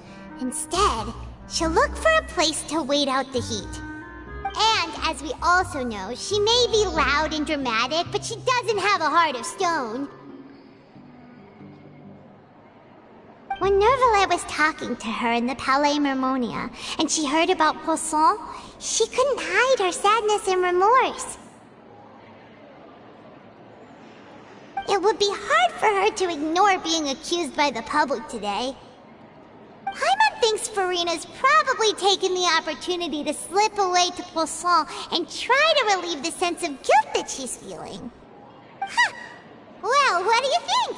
Paimon knows the answer, of course, but Paimon can do the analysis to back it up, too.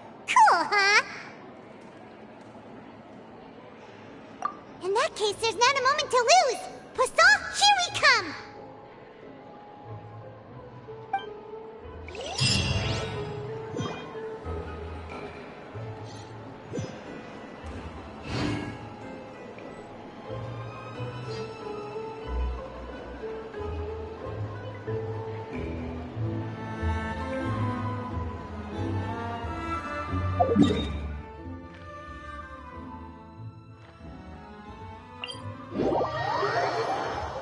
This place looks deserted. Guess all the survivors must have evacuated already.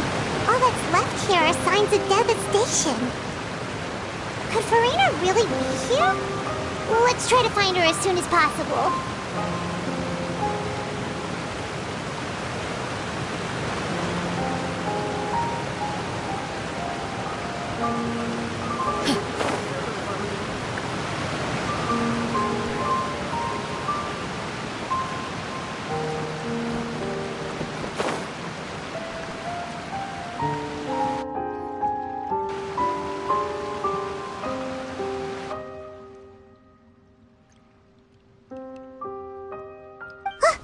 That's Farina, right over there.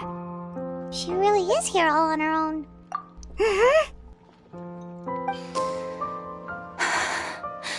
Should I just give up? This is all meaningless. What was meant to happen did happen after all. Everyone's dead. I'm sorry. I am so sorry. Give up, Farina. There's no point in holding out. I'm sorry. But what can I even do other than to repeat meaningless apologies over and over? Who's that? Don't worry, Farina. It's just us.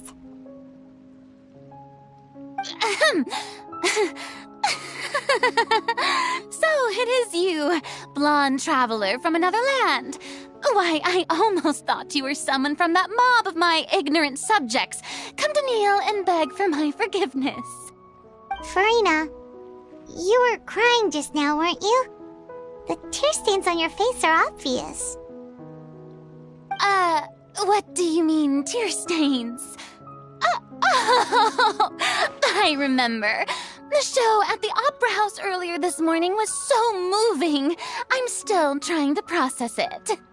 Who did that uncivilized rabble think they were, disturbing my enjoyment of the arts?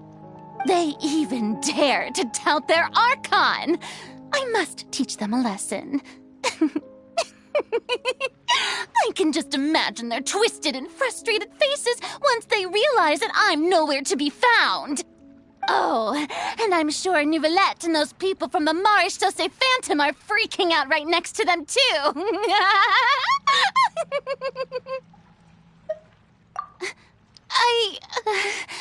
Of course not. Hey, there she is! The Hydro Archon's over there! Quick, after her!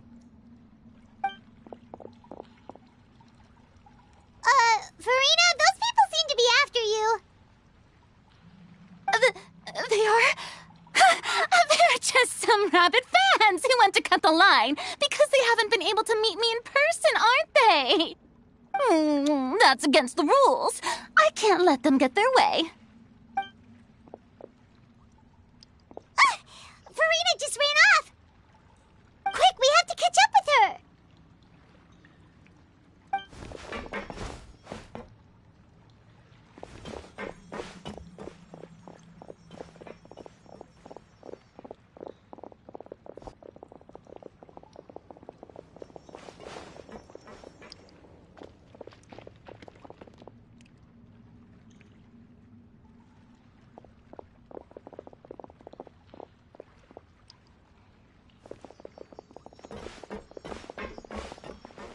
This should be the place, right?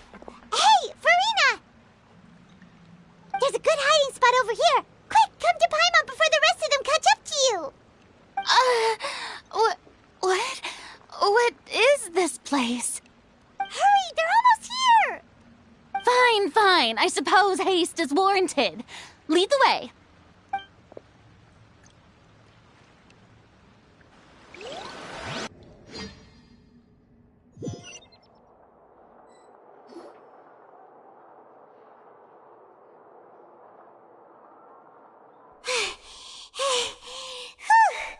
Paimon's exhausted.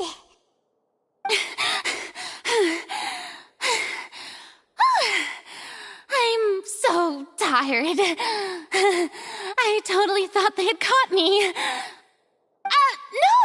mean, I merely gave in to the sheer enthusiasm they displayed.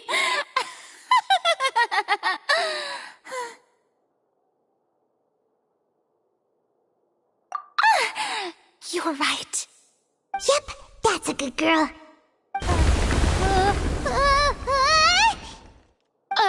What's happening? The ground's shaking.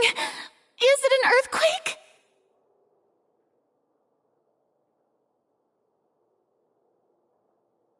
Yeah, a quake of this kind preceded the flooding in Poisson, didn't it? It can't be. It's happening again. Well, there's no need to worry too much about that. Neverlette's made some emergency plans, so the evacuation should go a lot smoother this time. Yeah, I hope you're right. But the people of Poisson, they've already...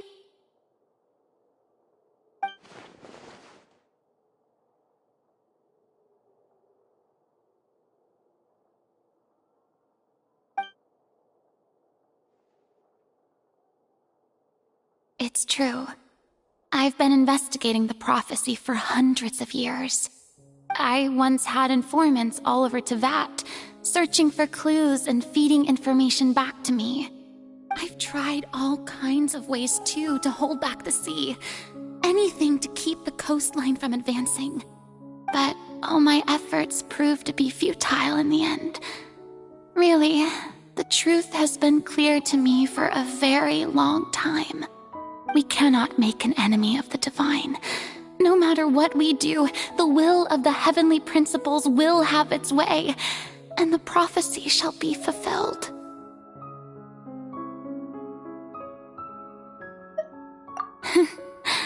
Give up. I do love the sound of that phrase. It would mean finally coming to terms with fate, but also for me to finally be free.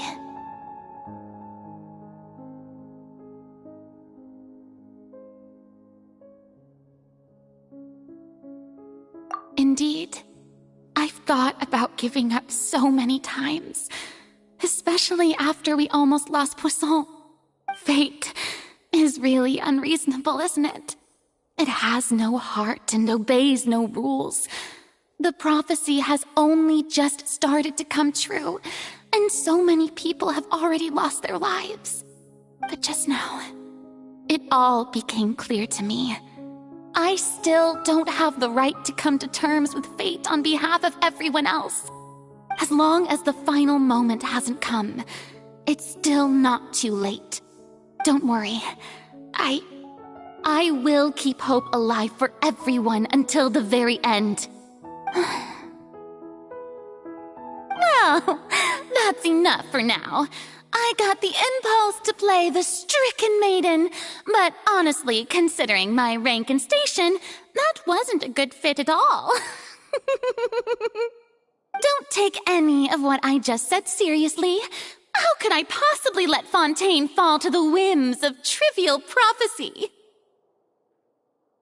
Come on! Paimon could have sworn you were actually being honest just now.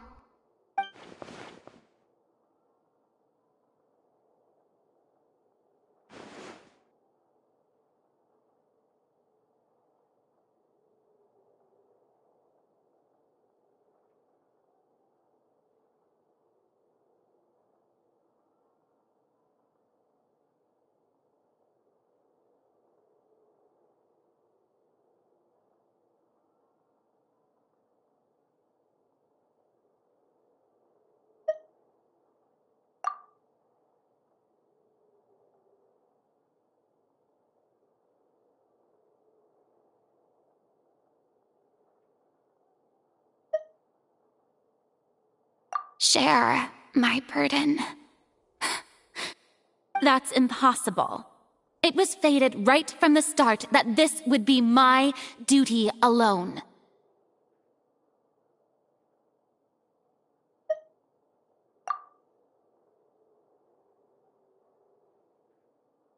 A witness. Yes, I've heard that you came to Tevat from beyond the stars, yes. In other words, you never belonged here. And if Tevat is, in its entirety, a show on a stage, then you're just a spectator, aren't you? If that's the case...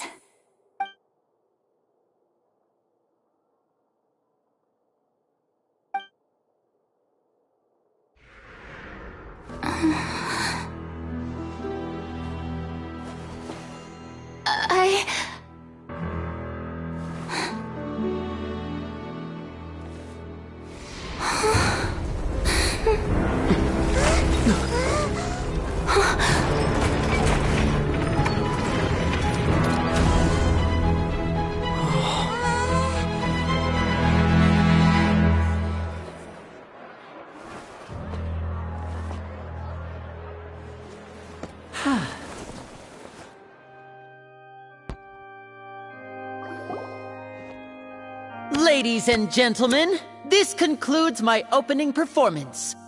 Now, without further ado, we may proceed to the trial of our god. So this is what it is. Yes, you deserve praise for the effort you took to raise the dramatic stakes. Do not forget, however, that I am Fosalor, the god of justice, the embodiment of justice itself. Does it not strike you as even the least bit absurd to bring the very concept of justice to trial? May I interpret these words as your refusal to stand trial? In that case, you will have the opportunity to defend your honor through a duel. You would draw your blade against a god? I see. It seems like you have made up your mind.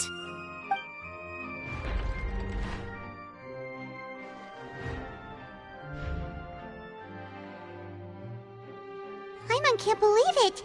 She just surrendered. What the heck is going on? Did I just see an Archon surrender to a human? Wow, how utterly humiliating. Lady Farina, what is the meaning of this? It would seem that there has been a misunderstanding. To be clear, the raising of both hands is not always an indication of surrender. Looking for excuses again, huh? I raised my hands just now to indicate my acceptance of the trial. No duel shall be necessary. I will admit that I've been running away for a long time. I'm sorry, everyone. I was unable to protect the people of Poisson. It is my duty to stand trial for my crimes. You are not the only ones to be disappointed in me. I, too, am exceedingly disappointed in myself. But now, it is time for the Hydro Archon to show you her courage and resolve. I, Farina, will use this trial to show the world the true meaning of justice! This time, I will protect you. Applaud and rejoice! One of the most outrageous and fantastical arcs known to the opera epiclese is now unfolding before your eyes. Mark my words, this shall be one of the most exhilarating and brilliant shows ever to grace the stage of Fontaine! The trial of the Hydro Archon, Fosalor, will now begin! Woohoo! Oh, now we're making history! Why does it feel like Farina just took over the whole thing? Like, come on! Didn't she just get forced to stand trial for her crimes? Also, even though she's still acting super dramatic, she is taking this seriously this time, right? All right, then. Who will be my opponent in this trial? The court asks the prosecutor to please take the stand.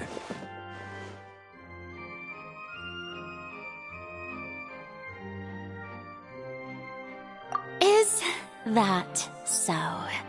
Very Very well. Then please speak, witness of Tivat, my accuser and fated opponent.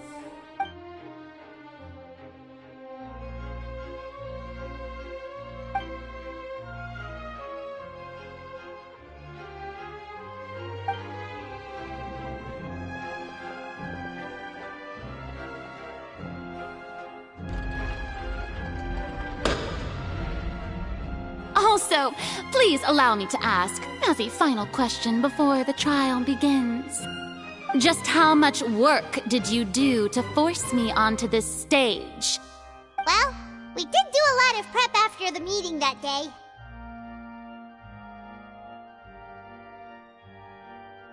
I can go over the tasks assigned to the Spina di Rosula, since they were rather straightforward and easy.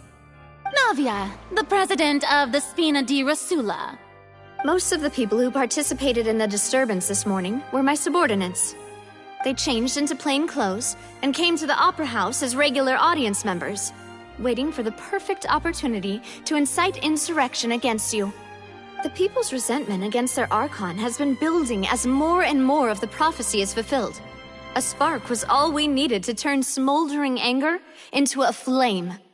Moreover, according to our understanding and analysis of you, when something like that occurred, you would likely flee the scene and head to Poisson by yourself. So, we arranged for a second group to lie in wait there. So, you mean, the ones who scoured the settlement for me were also from the Spina? And their goal was to force you to step into the giant magic box so you may personally participate in the greatest magic performance in all of Fontanian history. That's right. That house was a magic box, rather than someone's residence. As the super ultimate version of the setup that I used when I first performed at the Opera Epiclese, the volume of the box was increased by a whole order of magnitude, and the distance it traversed was the entire gap between Poisson and Aranias. Its cargo, of course, was an Archon instead of a human. My thanks, Farina. Without your help, we could never have pulled off such an extraordinary performance. You're welcome? Of course, this performance was only made possible with Father's support. The House of the Hearth spent a massive amount of labor in Mora to pull this off. We had to select a location, construct the giant magic box, dig a tunnel, and open up a path through the water. It was a lot of work for all of us. So, in other words, the earthquake that we felt within the giant magic box was just a normal tremor from the transportation of the whole house? That's right. It wasn't a sign of another disaster to come.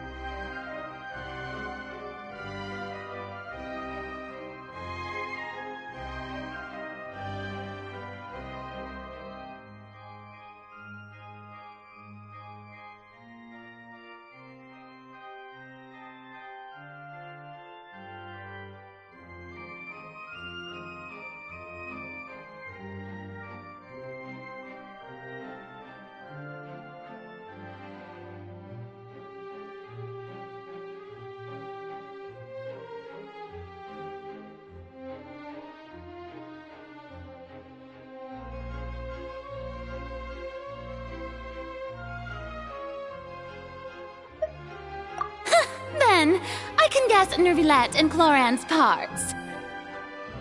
You gathered a crowd, prepared a stage, and made sure that the champion duelist would be immediately ready for a fight. Also that as soon as I appeared on the stage, the trial may commence without a hitch. Am I right? Yes, that is correct. Well, Clorand, I must commend you for your courage. Only the most outstanding champion duelist in all of Fontaine would accept a duel with an Archon without flinching. Thank you. As for you, Traveler, I suppose your role was to keep me distracted with conversation once you found me in Poisson. You'd make sure that I didn't notice anything amiss before revealing yourself as my prosecutor once we'd arrived onto the stage.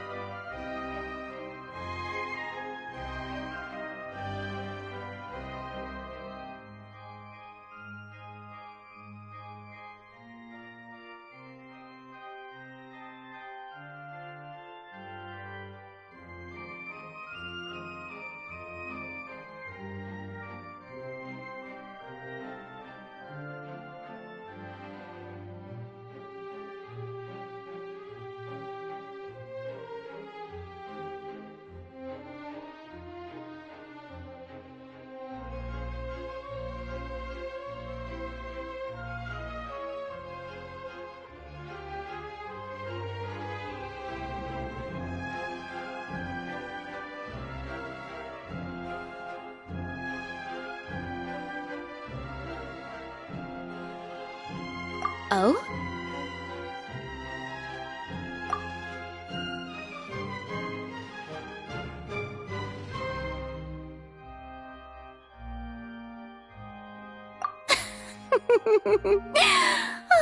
Is that so?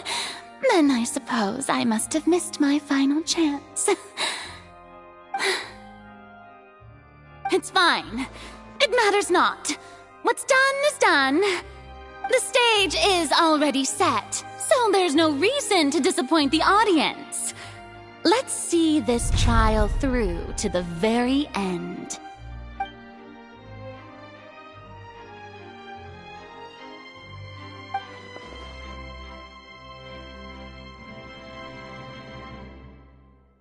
Sir Prosecutor, please allow me to pass this along.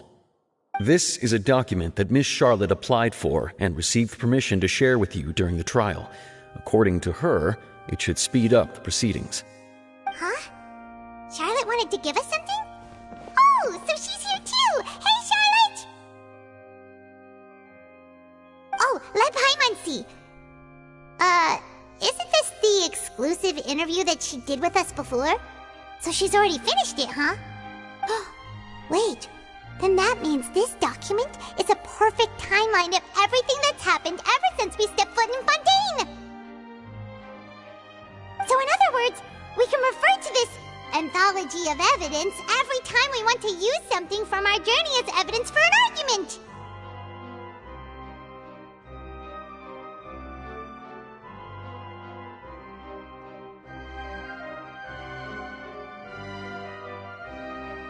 Let's quickly confirm the information in it. Just think of it as a refresher, alright? You defeated the Hydro Archon in the very first duels you took part in at the Opera House. That's one for the history books, all right. The words of someone as extraordinary as a witch can probably only be truly understood when something surreal happens to you. The prosecution and the defense are both in position. The trial shall now begin. Oh, come on, Nervylette. There's no need to repeat all the unimportant legalese. Just fast forward to the part where the prosecution lays out my offenses. As the defendant and the lead actress of this performance, I still haven't even been informed of my supposed guilt in all of this. Of course, it is only natural for humans to struggle to understand the actions of a god. However, you will need more than that to convict me of a crime. That's true, but my charge here is unrelated to your conduct as an Archon. Instead, I would like to charge you as a fraud who's never been the Archon in the first place. Wait, what was that? Lady Farina's a fraud?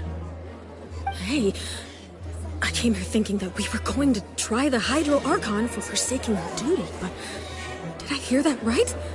She's not our Archon at all? Charge accepted.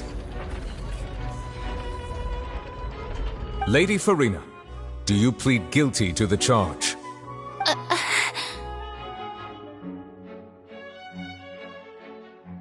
Lady Farina. I plead not guilty. How can I be guilty?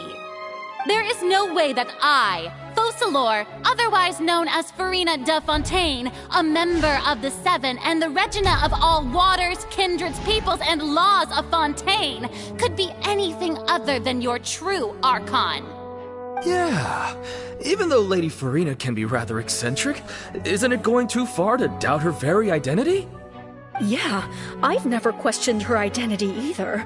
Sure, Lady Farina can be super irresponsible, but what grounds does that prosecutor have to make such a huge claim?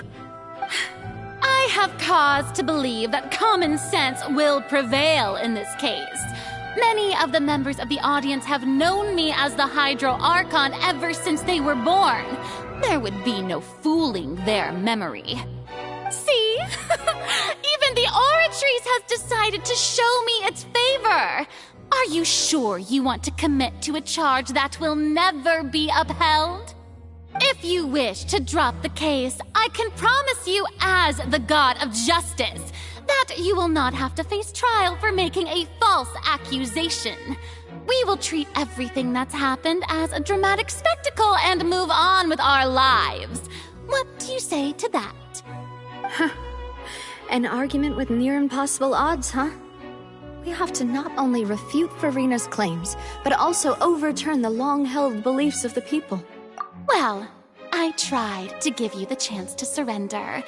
If you must persist, then let me ask.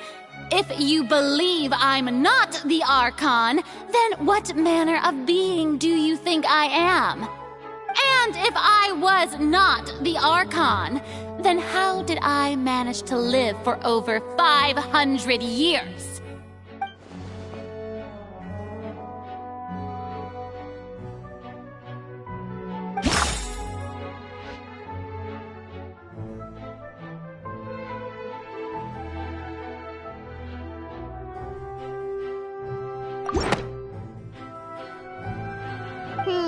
That doesn't sound right. Paimon doesn't think this clue can be used as compelling evidence to build our case.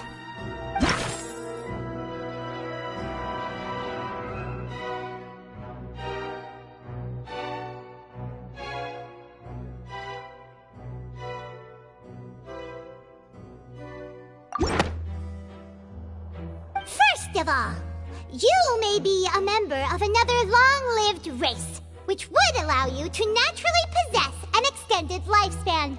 And second of all, even if that wasn't the case, there could be other ways to extend your life. Who gave you that idea? Was it the knave? You'd sink so low as to use a harbinger's words against me.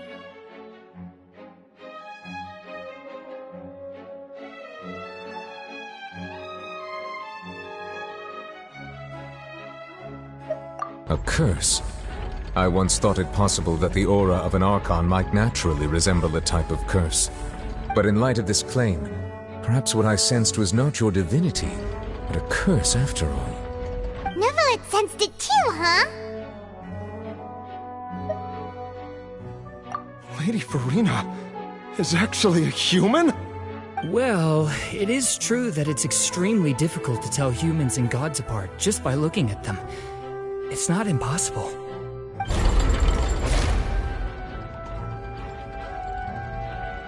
Well, don't start celebrating too early now. Even if I have been carrying a curse like you said, how does that prove that I am merely a human being? Besides, everyone knows that the main difference between a human and a god is the possession of authority. Gods can do what humans cannot. That's why they're worshipped as gods. For centuries, manifestations of my authority have served the nation of Fontaine. One need only to turn their eyes towards the Oratrice Mécanique d'Analyse Cardinal in this very opera house, or consider the indemnitium that is used in every aspect of life.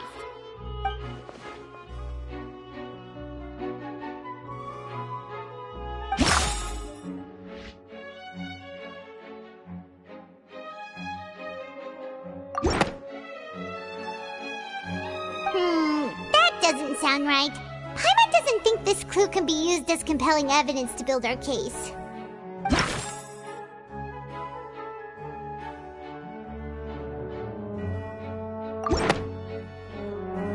You tried to reference the Oratrice, but weren't you as confused as all the rest of us when the Oratrice declared Child to be guilty without any proof? Otherwise, you should have come up with a good explanation for that by now. Didn't I make myself clear at the time? The decisions of the gods are naturally difficult for humans to comprehend. There is no need to provide an explanation. Lady Farina, I believe a reminder of your current circumstances is in order. While the court is in session, the principles of justice and the law must come before all else. While you are an Archon, you are also first and foremost the defendant in this trial. You will prove yourself unable to defend against the prosecution's charges if you continue to withhold vital information against the rules of the court. I never thought you'd use that kind of rhetoric against me. That was no trick of rhetoric, Lady Farina. I've merely reiterated the rules of the court. Rules that all should respect and follow. So, you neither knew why Child was declared guilty, nor did you understand the structure and operations of the Oratrice. Instead of having been created by you, the manifestations of authority you mentioned have been made by the real Hydro Archon, haven't they? The real Hydro Archon? Well, now you're really losing me.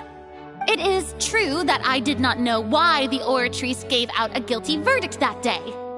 But the Oratrice handed out that verdict unilaterally, and it has been operating independently ever since it was first created. You can't argue that just because a divine creation is flawed, that the god behind it must also be no god at all. She's still throwing out all kinds of excuses. Seems like she's confident that we won't be able to produce proof that she has no power over the Oratrice.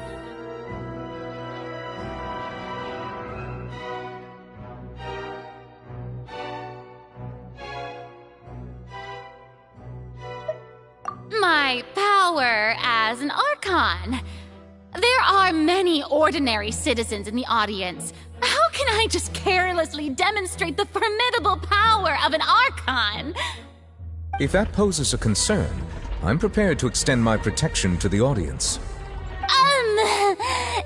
You don't need to go that far.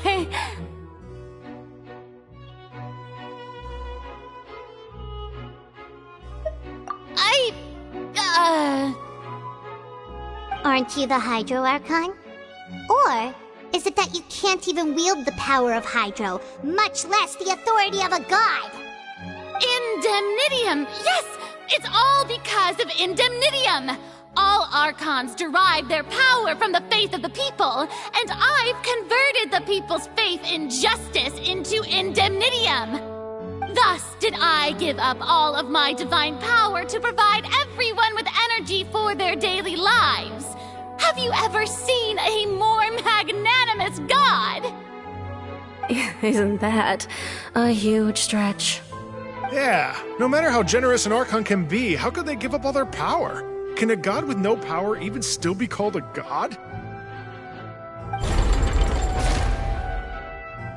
It seems like nobody's buying Furina's excuse. Hey, come now, everyone! Please don't stare at me as if I was a liar! I'm still the same Furina you knew, right? The one that you loved! Shouldn't you want to believe in me? Please? You've got to believe me! If what the prosecutor said is true, she really has committed a grave offense. Did she deceive all of us? And all of our parents and grandparents too? And all of our ancestors? Ever since they were born? Enough! That's enough. Tell me then, if I'm not the real Hydro Archon, then who is? If you have no evidence of another Hydro Archon's existence, nor can you find anyone who can back up their claim to be such, then what grounds have you to say that I'm not actually the real deal? Wow, she came up with yet another argument. How can we refute her now? Seems like she really doesn't want to give up.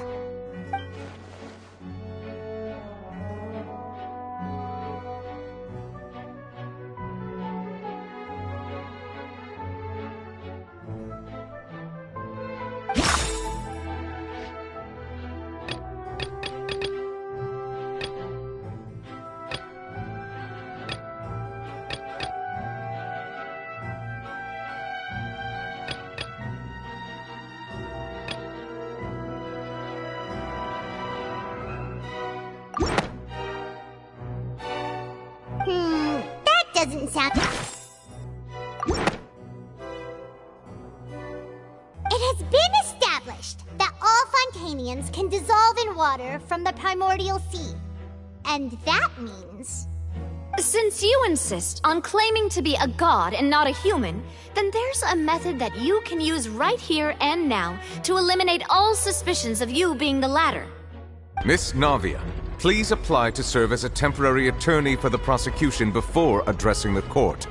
Though you act in partnership with the prosecutor, you must still adhere to proper procedure. Super sorry, Monsieur Chief Justice. I swear this really will be the last time that I'll speak out of turn. Now, I've brought some seawater from Poisson. As everyone knows, a massive flood struck the area not long ago, taking many lives, including those of some of my closest friends. So, Miss Furina, would you dare to touch some of the seawater? If we are to believe that you are indeed the real Hydro Archon, touching the seawater would have no effect on you. All it should do is strengthen your case. But if you don't dare to touch it, then we would have basically proved the reverse.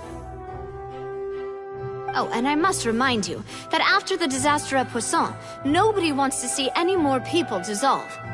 I do hope you'll act prudently and choose the simpler path of admitting guilt. Navia from the Spina di Rasula. The Spina has governed Poisson for many years. I guess her suggestion is valid. If Lady Furina is indeed just a human, she's probably Fontanian like all the rest of us. Would she really dare to try?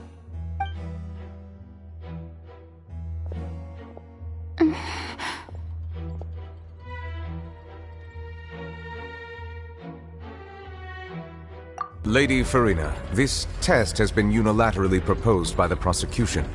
As it falls outside the realm of standard court proceedings, you possess the right to decline participation. Well, of course he had to tell her that. But refusing to participate is basically the same as a confession of guilt. She's just staring at the water without saying a single word. It really does seem like she's quite terrified of it. That could only mean... What's going on? Is she really planning to... that's not what we thought she would... Due to the inherent risk of the test, Lady Farina, you may...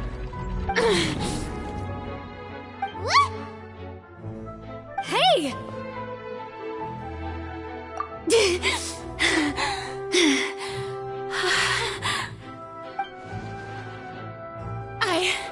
I'm fine! Look at me, everyone! My hand is still here! I haven't been dissolved! Will you believe me now?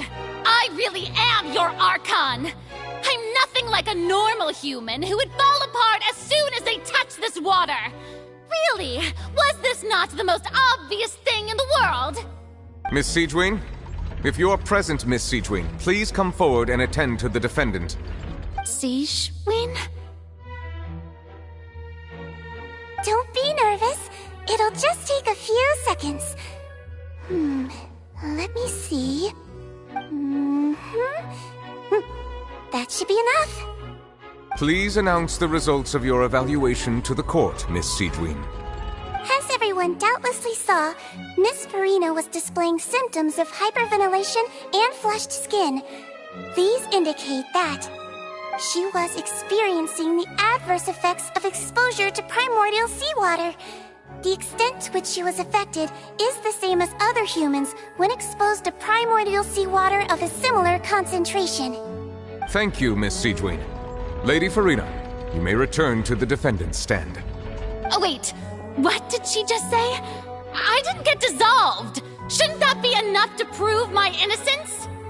Well, considering your tendency to run from your problems, we did originally prepare a direct sample of the seawater around Poisson.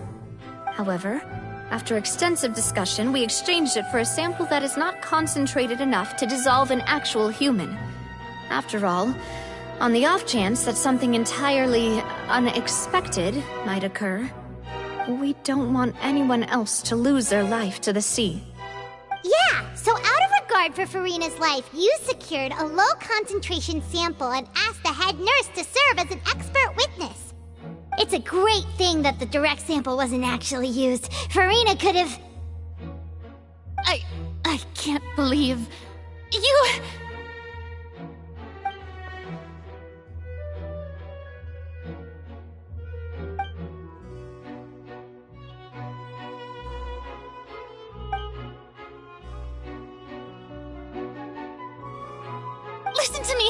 Listen to me, everyone! Please don't give me such cold and disdainful looks!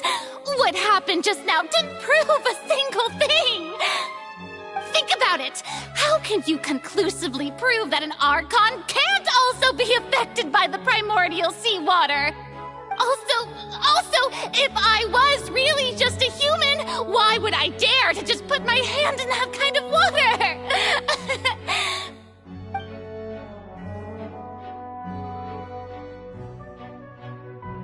Please, everyone, anyone, just listen to me! I swear, I really am your Archon!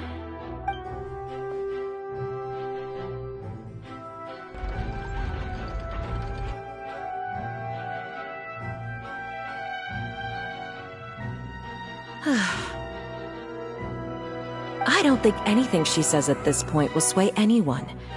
The odds are just too stacked against her now. With all the things that have been said, Paimon doesn't think there's any way left for Farina to win. I believe the time for arguments and presentation of evidence has come to an end. If there are no objections, we will move on to the final judgment.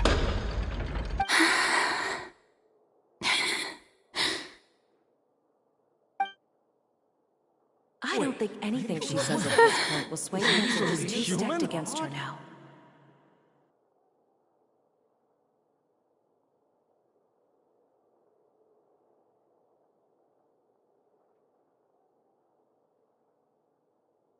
In my capacity as Chief Justice, I shall now render judgment on Farina's misrepresentation of herself as the Archon of Fontaine. As a human who knowingly deceived her fellow citizens, Farina is... Guilty.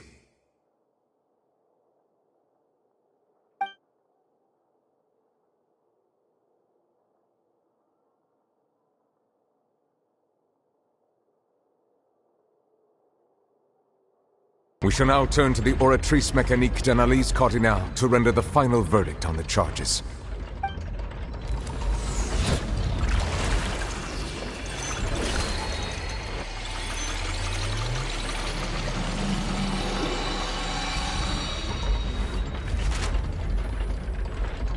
According to the judgment of the Oratrice Mécanique d'Analyse Cardinale, Farina is... Well, what's wrong? What's the Oratrice's verdict? No, the Oratrice also displays a guilty verdict. Isn't that correct then? However, the exact wording of the verdict is thus.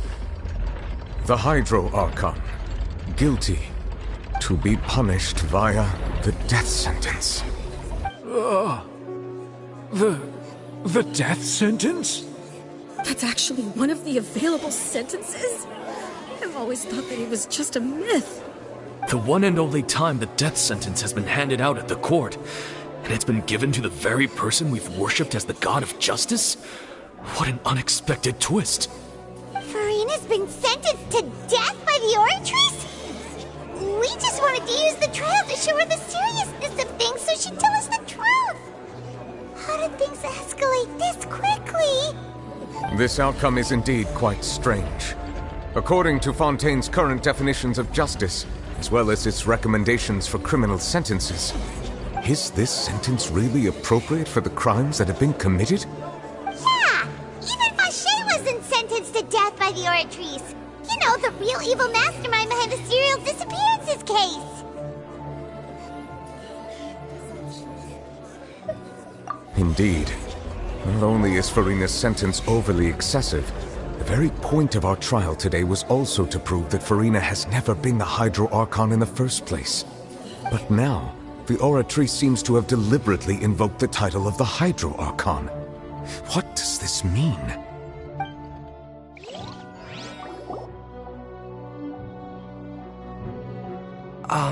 Excuse me, if I may interrupt. Is the trial still going? Fremine! You finally made it. I assume this means you've completed your mission? Mm-hmm.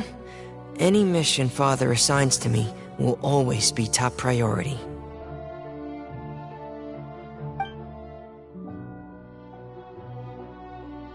Is that the first prophecy slate? Huh. So the knave privately arranged for Fremine to try and find the missing slate. I looked everywhere and finally found it at the bottom of the sea. It took me a long time to get around some dangerous stretches of water. But has the trial already concluded? Then doesn't that mean I've come too late? Oh no. Father will... Thank you for your hard work, Mr. Fremine. Please allow me to review the record left on the slate. Traveler, I believe that you have already seen the other existing slates, and would like you to come here and confirm their contents.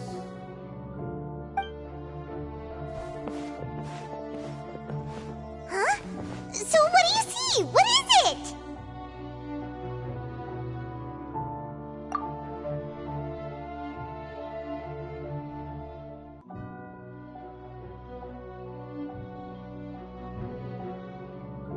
I believe I've now made sense of the Hydro Archon's crime. It has to do with Fontaine's lost history. Huh? Isn't the Hydro Archon just guilty of deceiving her people? Oh, wait, no, that's Farina, and we've already proven that she's not the Hydro Archon. So when you say Hydro Archon, do you mean the real Hydro Archon we've been kinda talking about? In truth, everything that you've encountered in Fontaine up until this point can be traced back to the contents of these stone slates. However, I'm uncertain as to how much sense they currently make to you. Okay, let's try to recall the contents of the other 3 stone slates. Paimon will do her best to help you remember.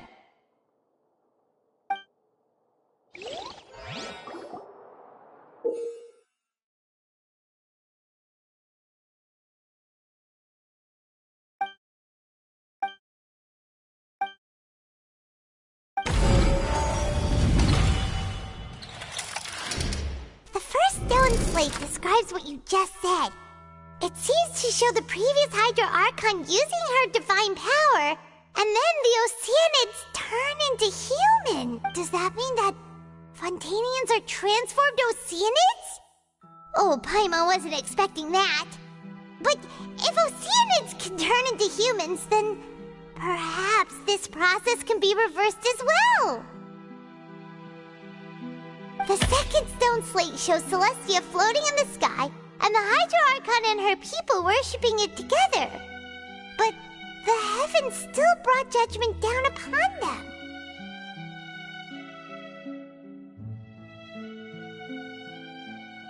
This must be the point when the Hydro Archon and the Fontanians were branded with their original sin. Does this mean that the original sin and the Hydro Archon sin are the same thing? The third slate shows the Hydro Archon sinking into the sea surrounded by many people.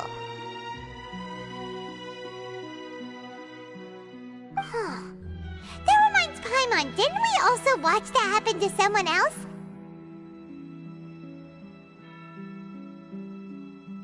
Well, the fourth slate is the prophecy the Fontanians have been talking about. People dissolving into the sea, the Hydro Archon crying on her throne, and so on.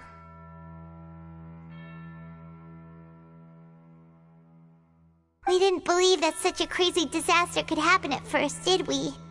But after that incident, it was just a question of when and not if.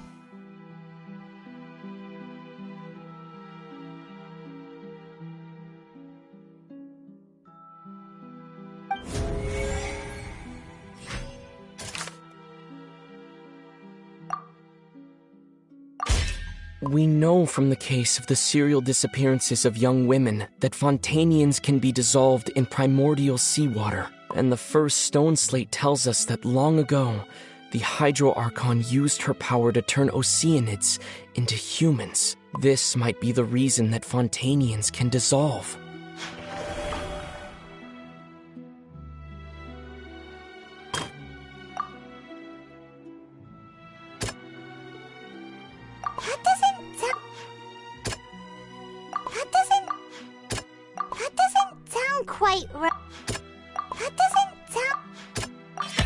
Perhaps what is about to take place has all happened before. The true sin of the Hydro Archon that Nervalette mentioned, and the original sin cast down on the people of Fontaine by Celestia, has recorded on the stone slates.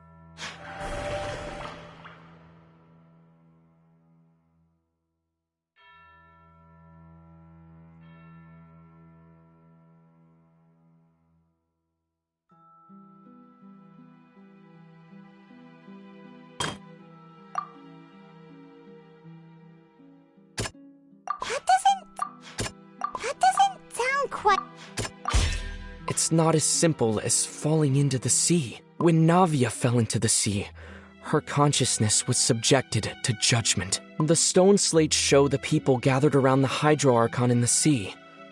Could that be alluding to the same thing?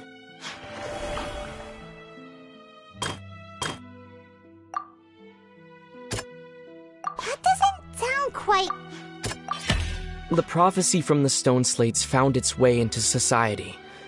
But not many people believed it at first. The fortress of Meropide was nearly flooded with primordial seawater, which we know can cause Fontanians to dissolve.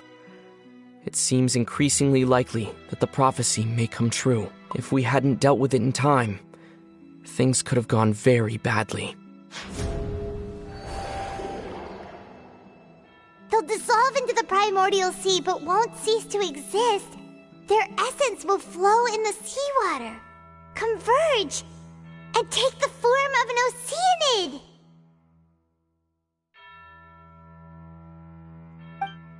The Hydro Archon was sentenced to death in court, shocking everyone present. Perhaps this means that her sin was actually Fontaine's original sin. Navia fell into the water inside those ruins, and she nearly dissolved. She was surrounded by the people of Poisson in a court within her consciousness, and was forced to take part in a trial meant to make her stay.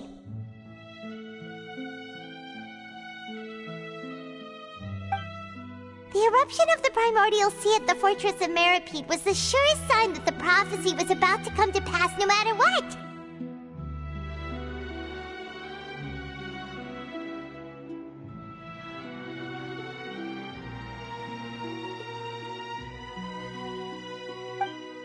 The stone slate's contents can all be verified by recent...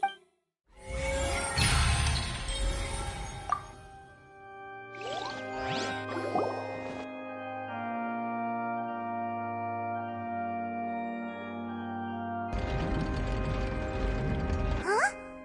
Oh, Paimon gets it now! So that's how you can make sense of it! But then it feels like... we're going to have to share some truly shocking revelations. Let's hear them.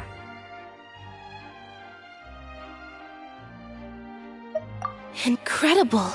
Linny, did you hear that? We're not real humans. All Fontanians were originally created by the late previous Hydro Archon, with Oceanids as their basis. The evidence for that can be found in how only Fontanians could dissolve in primordial seawater, and how all the girls Vacher dissolved were also turned into Oceanids. Oh, and according to Navia, when she was about to get dissolved, she also saw everyone gathered around for a trial, all of them in the shape of Oceanids. Indeed.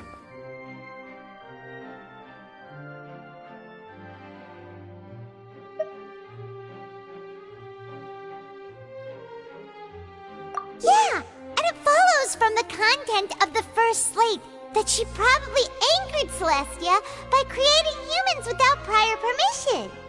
That could also explain why the Oratrice judged the Hydro Archon to be guilty. It's to account for that ancient sin. The Hydro Archon's true sin was creating us? And yet, after many hundreds of years, the Hydro Archon's creations have turned around to try to judge the Archon within the Opera Epiclese. The twists of history are often the most unexpected of all. Yeah, isn't the image here just like when Navia fell into the sea? So wouldn't it be trying to show the image of the Hydro Archon also falling into the sea once the prophecy has been fulfilled in the fourth slate? In the end, the people will all be dissolved into the waters, and only the Hydro Archon will remain weeping on her throne. Only then will the sins of the people of Fontaine be washed away. Did Paimon get all that right? You've made some keen deductions. I must say, given how much you still don't know, it is impressive that you've already managed to connect so many pieces of the truth. However, while you were able to decode all the information on the slates, they've also been etched with an additional layer of hidden information using a different power source. When we were at the ruins, I tried to decipher the hidden information recorded in the slates. But since we only had 3 slates at the time, I was unable to come to a full conclusion. Now that the slate collection is complete, I shall make another attempt to decipher the narrative recorded within. If everything goes well, we should finally be informed of the unadulterated truth.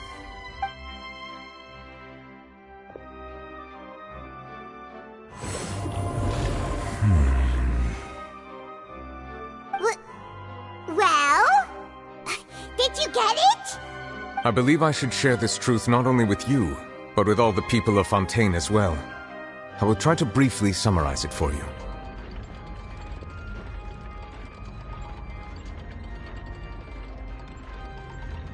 Your hypotheses regarding the origin of Fontainians and the sin of the Hydro Archon were both correct.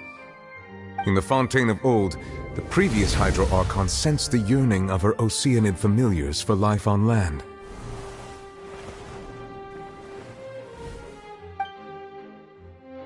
The Oceanids were enamored with the beauty and romanticism of human beings, and wishing to have those experiences for themselves, expressed to the Hydro Archon their desire to become of a similar kind. However, even though water as an element is intricately linked with the power of life, the Hydro Archon, as one of the seven, did not possess the authority to create a new form of human life. Not one to give in, she eventually found a way to create permanent humanoid bodies for her familiars by appropriating the power of this planet's primordial sea. She poured primordial seawater into the Oceanid's blood vessels, creating humanoid mimics in the process. But if Fontanians were to ever come into direct contact with water from the primordial sea, the power within their bodies would escape these artificial restraints and return to the sea. As a result, their forms would collapse, and they would be reverted to their original forms as Oceanids. Of course, the Hydro Archon never received permission from the heavenly principles to create a new human race. And thus, the Hydro Archon and all of her creations came to shoulder the original sin of appropriating the power of the primordial sea. That is the true history of how the people of Fontaine first came into being. So we were all Oceanids before we turned into human beings? That's way too much information for me. I think I'm just going to pretend that I never heard a single thing. Wait, but if that's the truth, we can't let the Hydro Archon be sentenced to death. After all, her only sin was creating us. This really might be too much information for your regular Fontanian, but it does answer a lot of our questions. Alas, your hypothesis regarding the third and fourth stone slates was inaccurate. The slates' respective positions are, in fact, correct.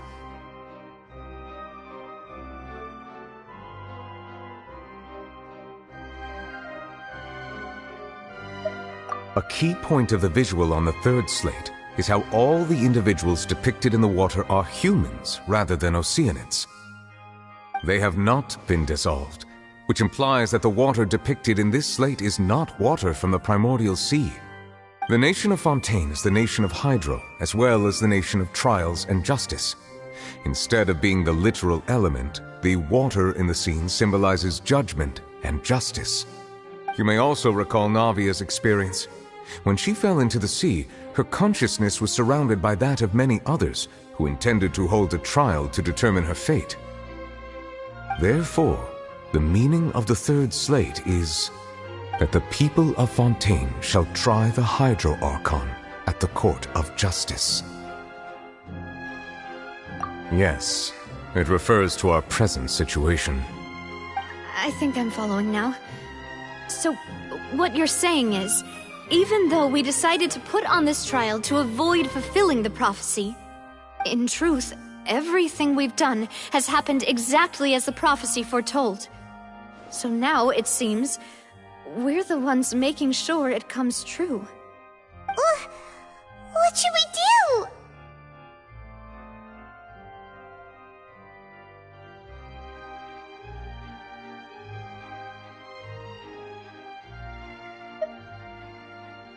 Huh. No matter what, the prophecy will be fulfilled. Is this what it feels like to be a prisoner of fate? If that's the case, does that mean the scene in the fourth slate will also be fulfilled soon? Traveler, I would like to point out another small fallacy in your deductions. About the fourth slate, you probably thought that the eruption of primordial seawater beneath the fortress of Meripede served as the surest sign that the prophecy was about to come to pass, yes? However, I believe that rather than being a sure sign, that eruption could in fact only be a small warning of something far worse to come. As for the root cause of the catastrophe, I believe you've already encountered it once before.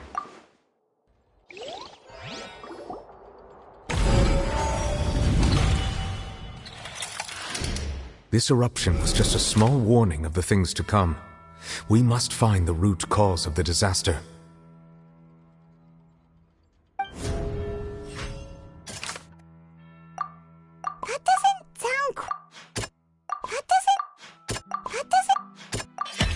It was both dream and reality. If we're talking about a true culprit, that could only be that thing inside the primordial sea, right? The truth, the original sin, the trial, and the root cause of the disaster.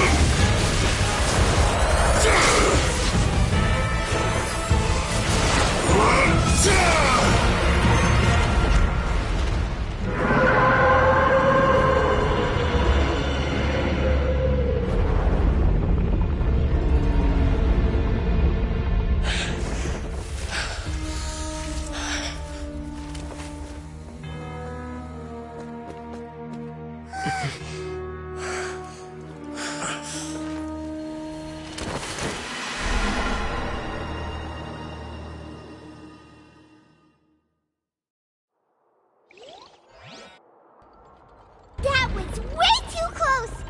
How did that thing just burst into the Opera House? Wait, was that the huge whale you saw in your dream?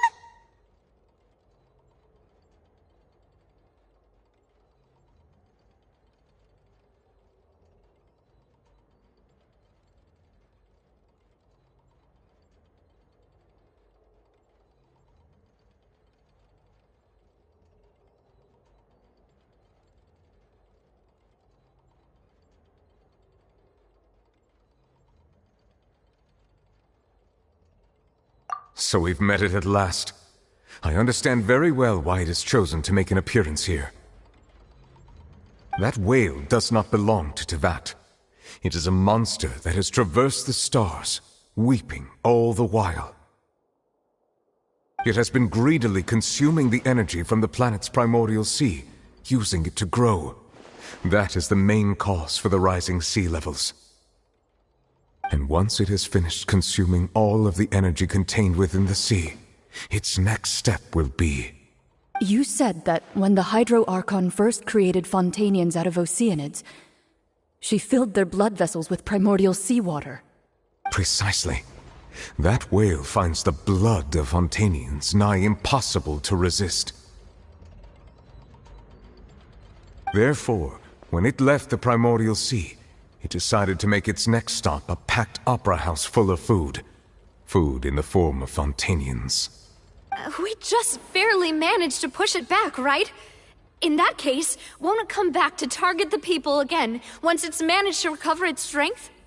That is correct. Indeed, it is more accurate to say that we should thank that Harbinger for buying us some time. Without him, the whale would have likely come onto land far sooner. From the way he looked, he must have been fighting the creature for quite a long time.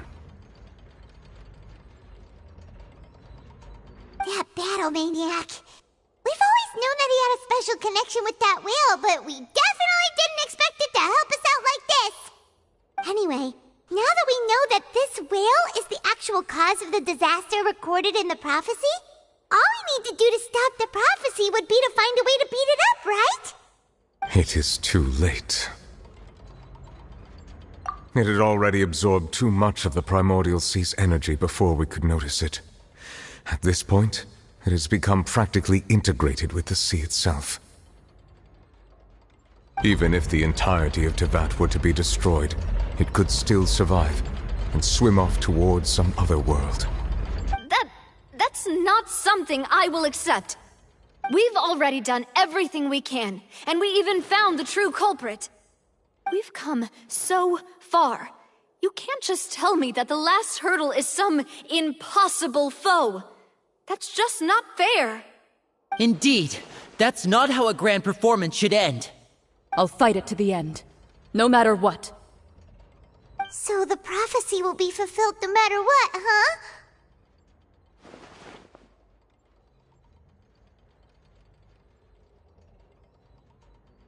The prophecy. Yes, what has been prophesied will be fulfilled. You may view such things as the history of the future.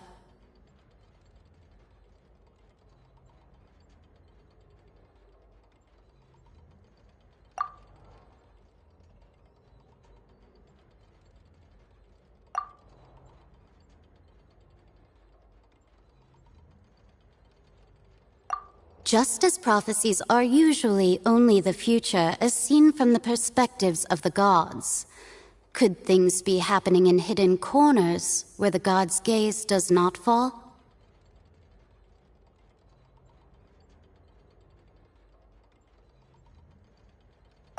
Ultimately, fate shall serve as your only guide, no matter what will happen in Tevat's future. All you need to do is to play your part.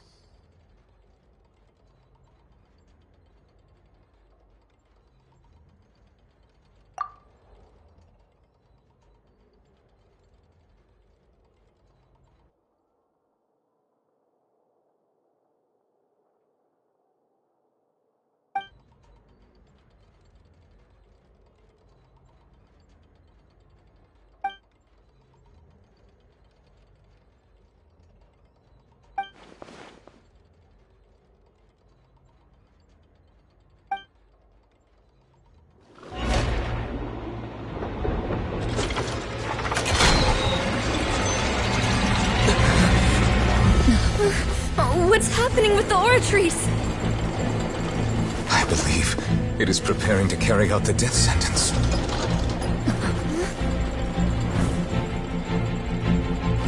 Farina!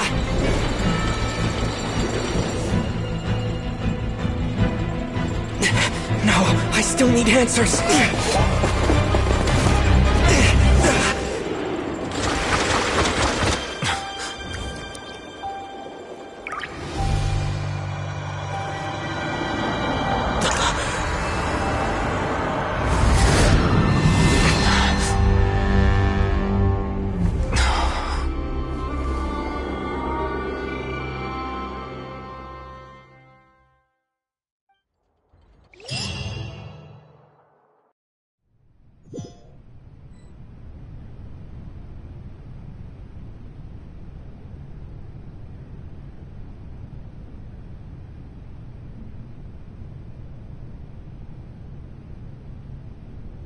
You...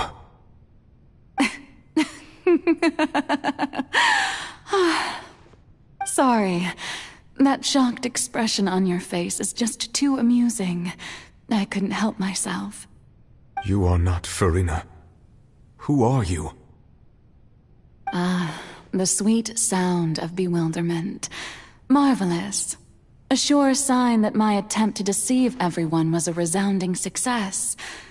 But to answer your question, I am Focalor. You know, the god. Focalor? Why did you deceive us? Oh, that wasn't my goal, of course. Goodness, no. But I had to fool everyone else too, if I was to stand any chance of deceiving the heavenly principles. Deceiving the heavenly principles? It's all because of that pernicious prophecy. Dreadful, wasn't it? Everyone doomed to dissolve. Fontaine condemned to be flooded. One was not amused. In fact, one was positively bemused when that problem was thrust upon me by my dearest predecessor. That's the former Hydro Archon Egeria for the uninitiated. It hardly gets more disastrous than a preordained national catastrophe, now does it? She knew full well that the prophecy would surely come to pass. And as one of the seven, she also knew full well that one defies the heavenly principles at one's peril. So yes, as you have no doubt surmised, it was a rather impossible situation that I found myself in. I spent a terribly long time mulling it over, alone on the ocean floor. And I was almost growing barnacles by the time I finally realized there was only one possible solution to this confounding conundrum. I had to outwit the heavenly principles, allow the prophecy to be fulfilled, ostensibly at least, while saving everyone at the same time. I'm a genius, I know. I can only assume that's why Egeria chose me as her successor. Although, looking back now, it was hardly the inheritance one dreams of. Between the task of saving the nation, the quotidian duties of the Hydro Archon, and not to mention the original sin of creating a new race of humans, I dare say she left me quite a colossal mess to clean up. But one can only play the hand one is dealt. I did not choose this, any more than I chose to be one of her Oceanid familiars.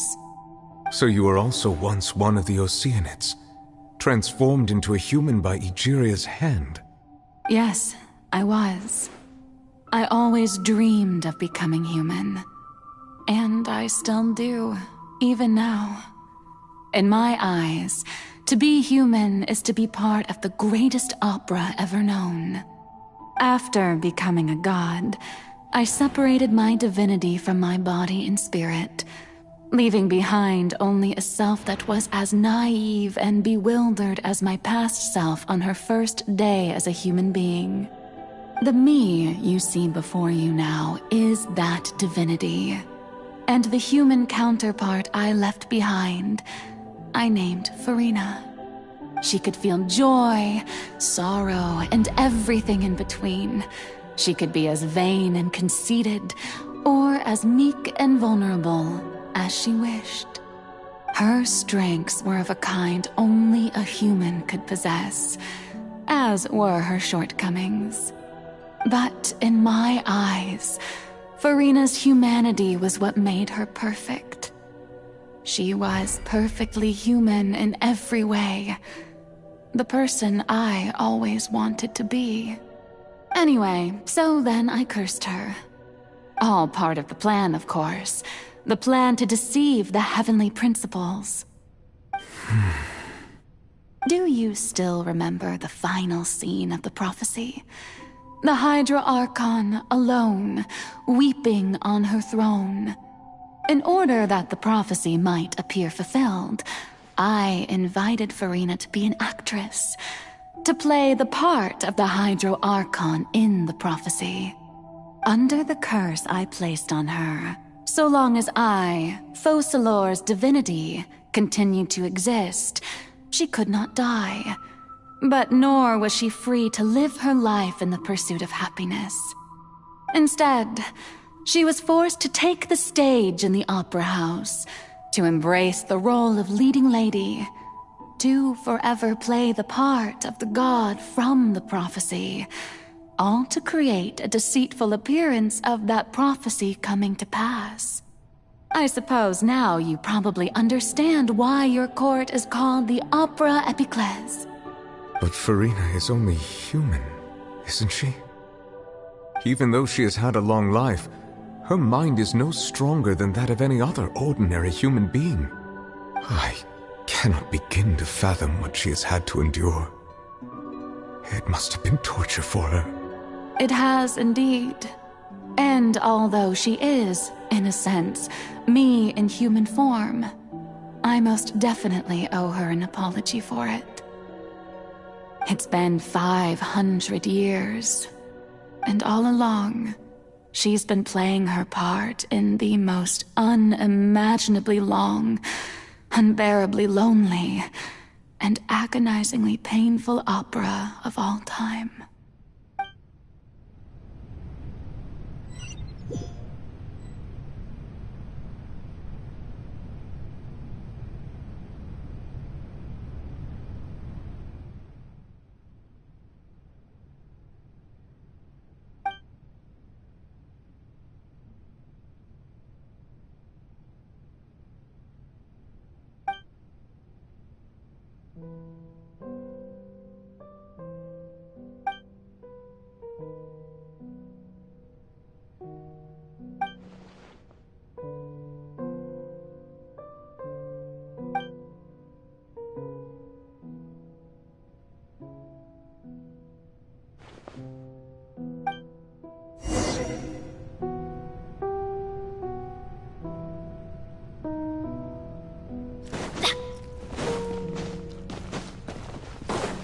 Off we go! Adventure time!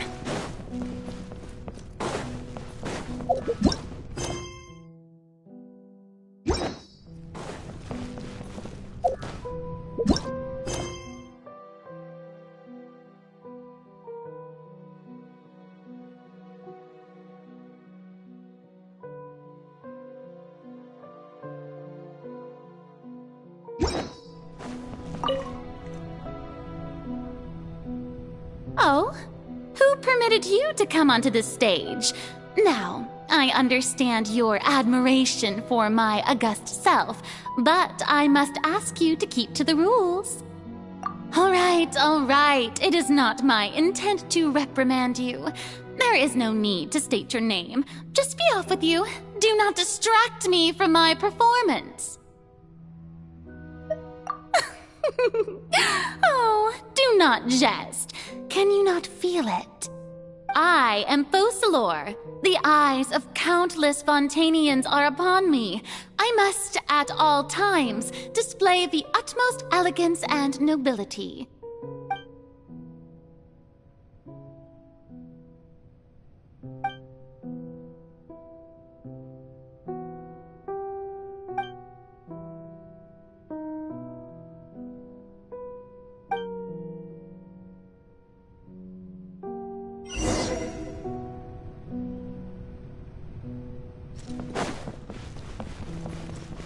Dear audience, the performance is experiencing a technical difficulty, but worry not. The guards shall resolve it soon enough.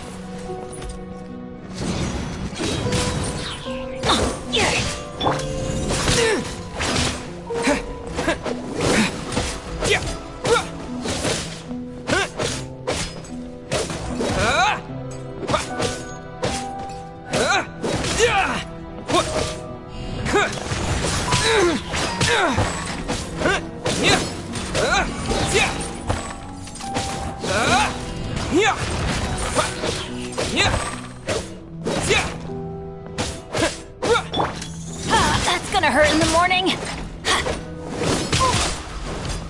Get out of here! Out of the way! I'm going in!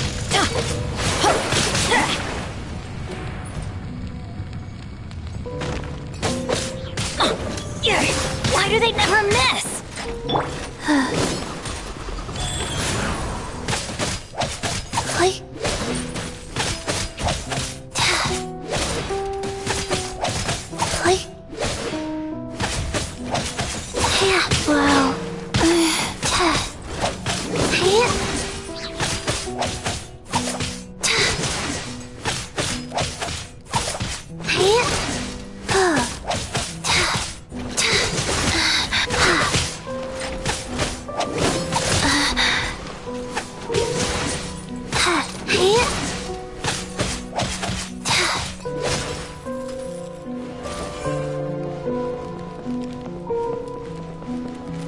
Hey, what gives? The audience is still watching me, you know. Guards? Wait, where are the guards? Guards!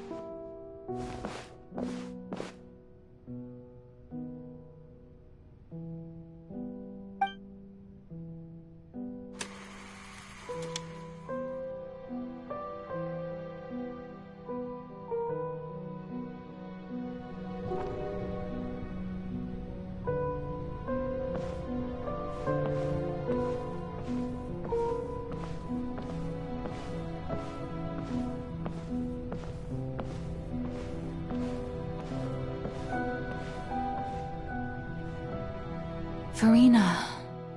Farina. Huh?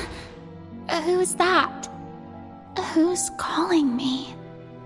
Where are you? Be not nervous. Be not afraid. I am before you.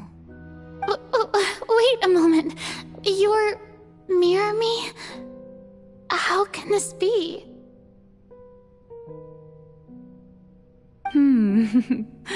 Mirror you, huh? You know what? That's not bad. Let's go with that. Mirror me? What do you wish to say? The prophecy. Have you heard of it? What prophecy? Wait.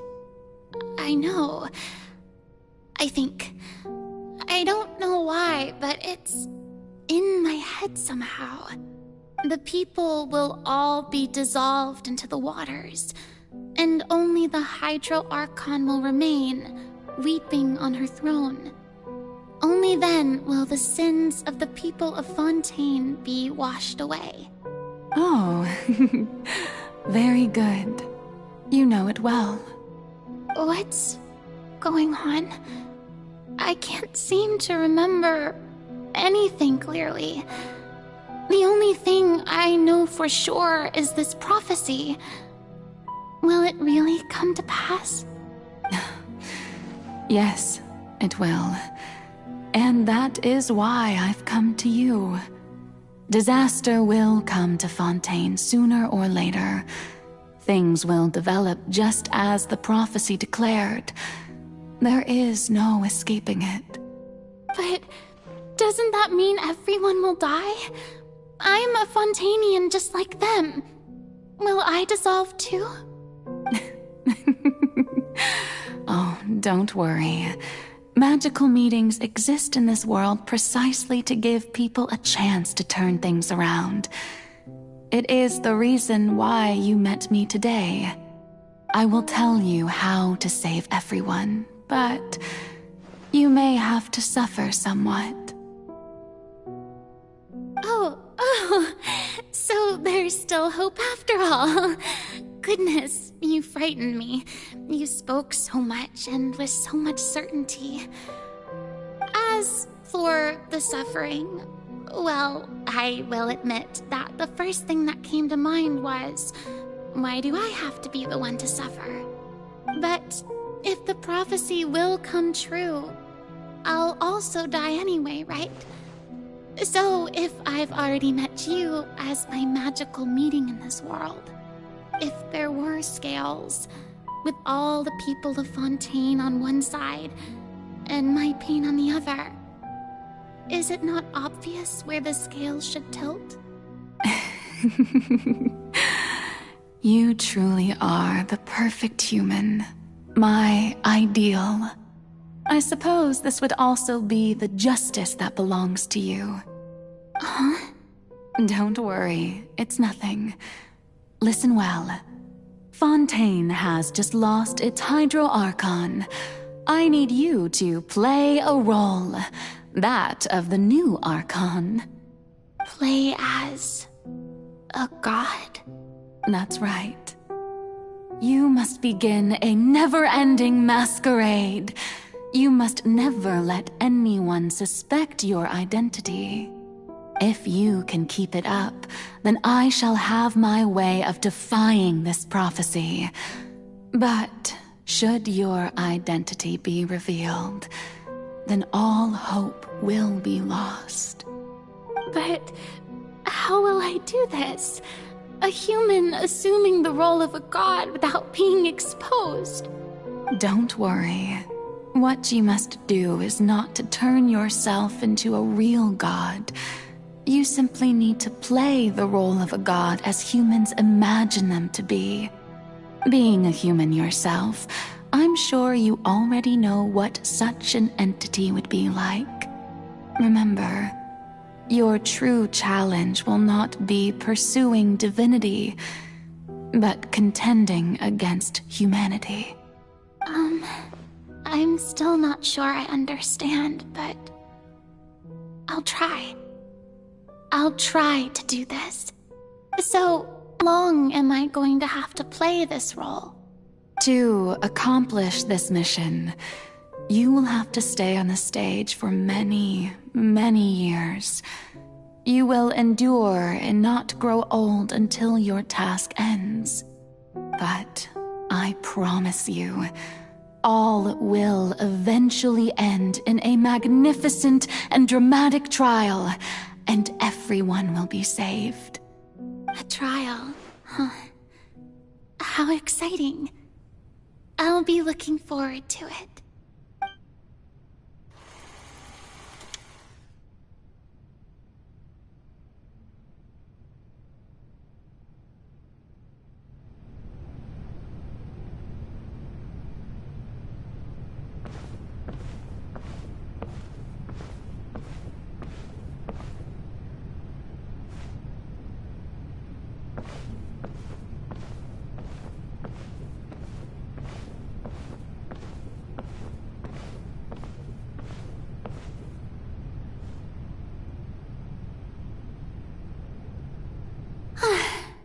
The Maison Cardinalise has announced my accession, but this is my first time facing the people. What should I say to most appear like a god? To be honest, I still don't know. Perhaps I should first try to act natural. Ladies and gentlemen, good evening, and welcome to the Opera Epiclese. I'm sure you've all heard about how I have taken on the role of Hydro Archon. Indeed, I am Verena de Fontaine. In truth, I know little about becoming a nation's new god, but it will be my honor to guide you all. As the god Focalor, the god of justice, I shall do all within my power to lead you into an age of fairness and justice.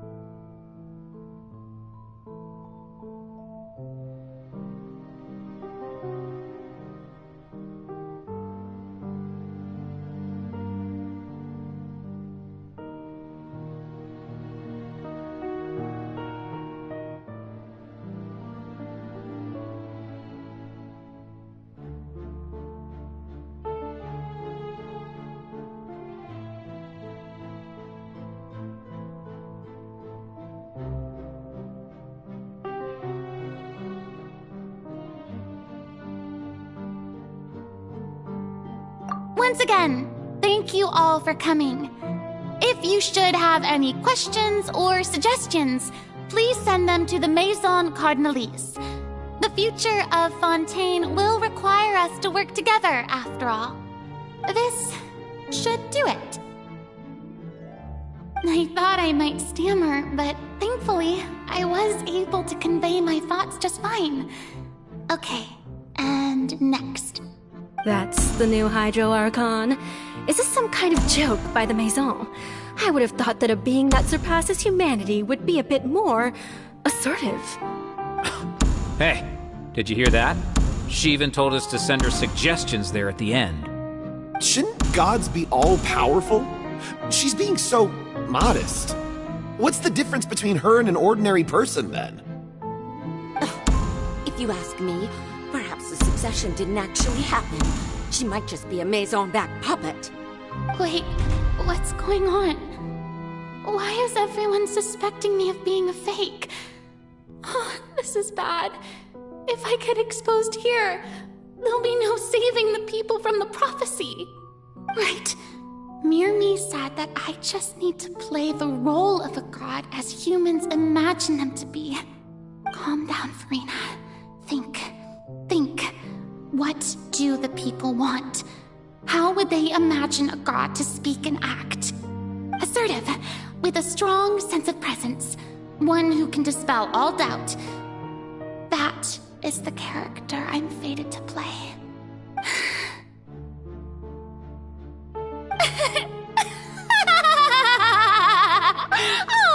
Oh, very good, my people.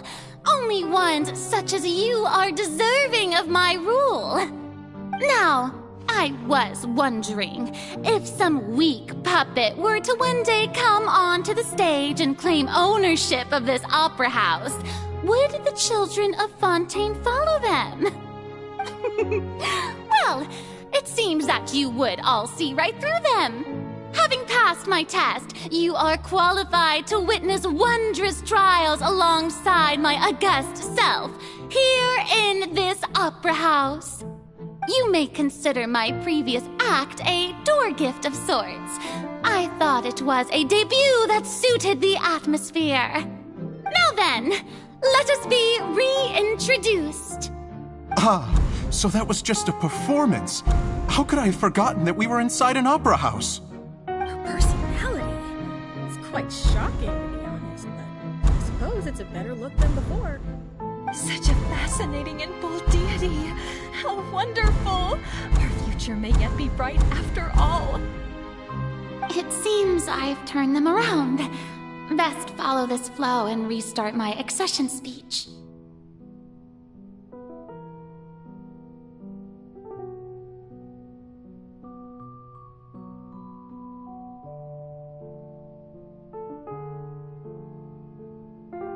My dear people, whether you acknowledge me or not, whether you trust me or nay, I say to you, keep faith in your ardor for justice. We have heard it said that this nation's sins can no longer be washed away. Well, I say that justice is most fragrant when it blooms amid sin.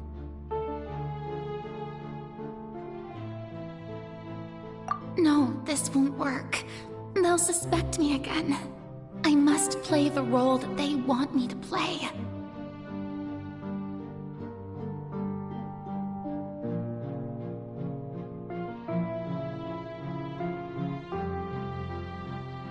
No, this won't work. They'll suspect me again. I must play the role that they want me to play.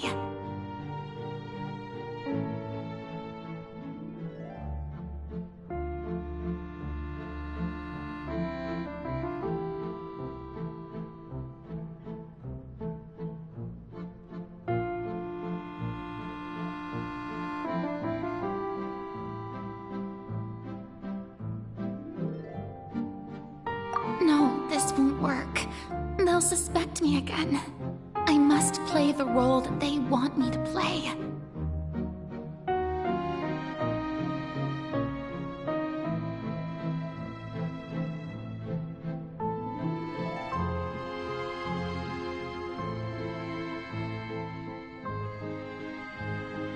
No, this won't work.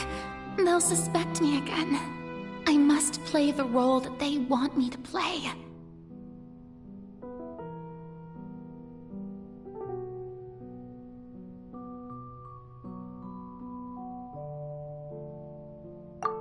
this won't work. They'll suspect me again. I must play the role that they want me to play.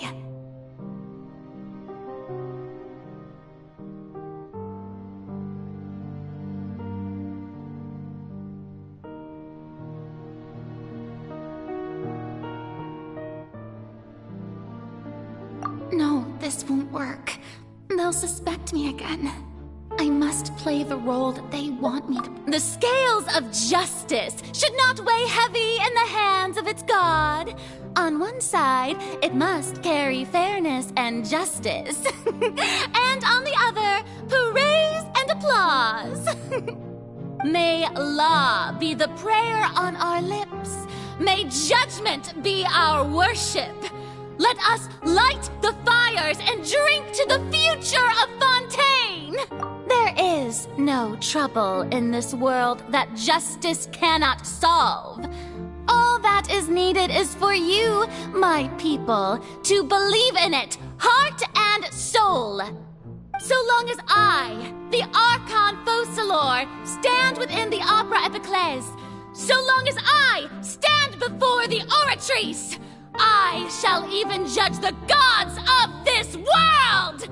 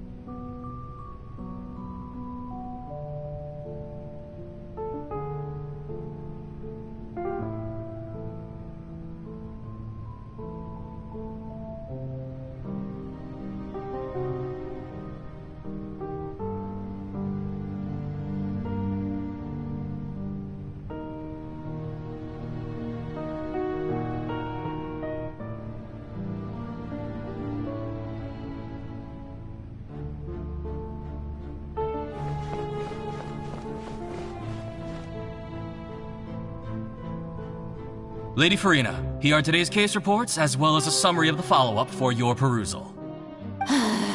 Come now. Was I not just at the Opera House in person? Leave these kinds of things to Neuvillette.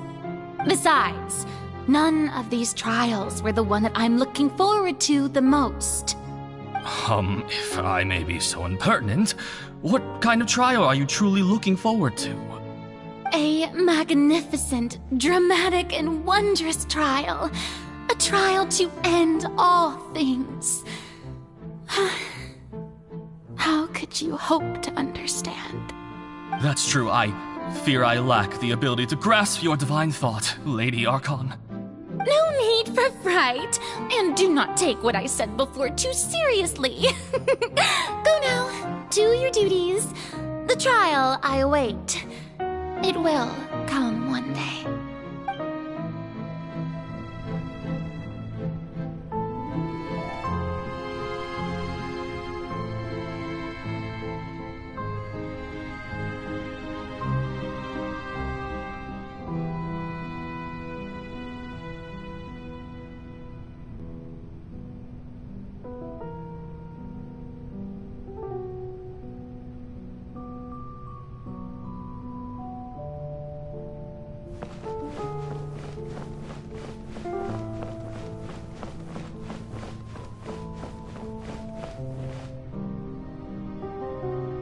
Lady Farina, I don't know what to say. Thank you for agreeing to see me. No need to thank me. Or rather, thank your own sense of perseverance instead. Long have you stood in line to meet me, have you not? Oh, I'm afraid that's just an inevitable consequence of my divine charm. All right, Deoteria, is it? How is your son's illness? You remembered me, and you knew of my family, too. He is doing much better now. In fact, he is far more of an ardent believer than I. He was the one who forced me to seek an audience with you, and to bring your words back to him. Good. Very good. If this should happen again in the future, please do not hesitate to come and tell me. Going down to citizens' homes every so often, while not usual practice, should serve as a fine change of pace.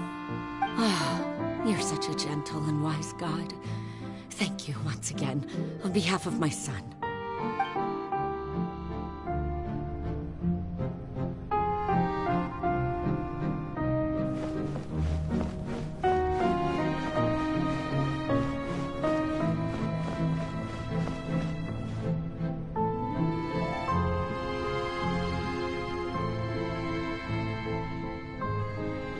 Lady Farina, here are the latest hydrological reports.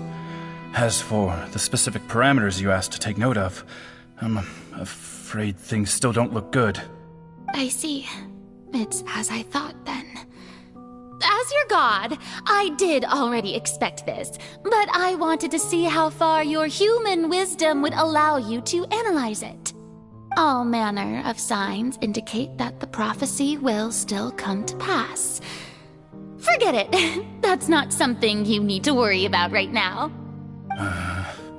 Well, as I understand it, the Fontaine Research Institute is also trying to find a way to counter the rising water levels. Really? Have they found anything? I'm afraid that they haven't found any effective solution thus far.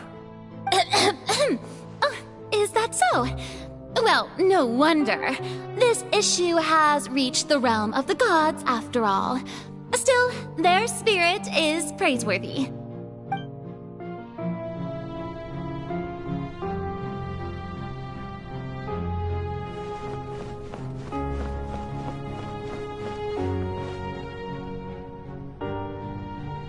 The day is finally over.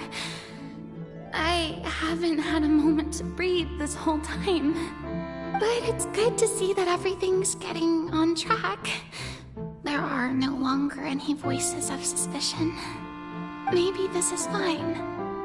I just need to keep going, and everyone will be saved. All right, Farina, don't think too hard about this. You need rest. Tomorrow's a new day.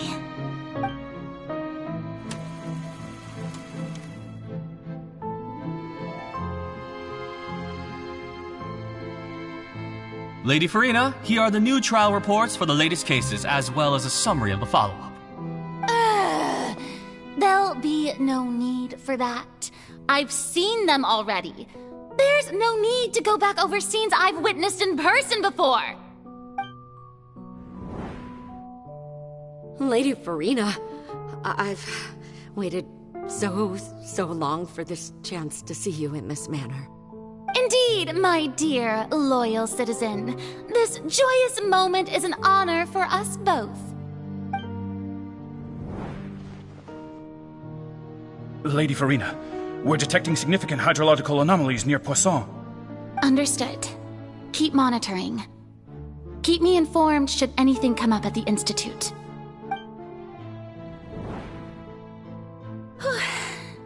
I don't think I let anything slip today. I must show the people that there is nothing to worry about. I just don't know when these days will end. I feel utterly exhausted. Best to rest early today, too.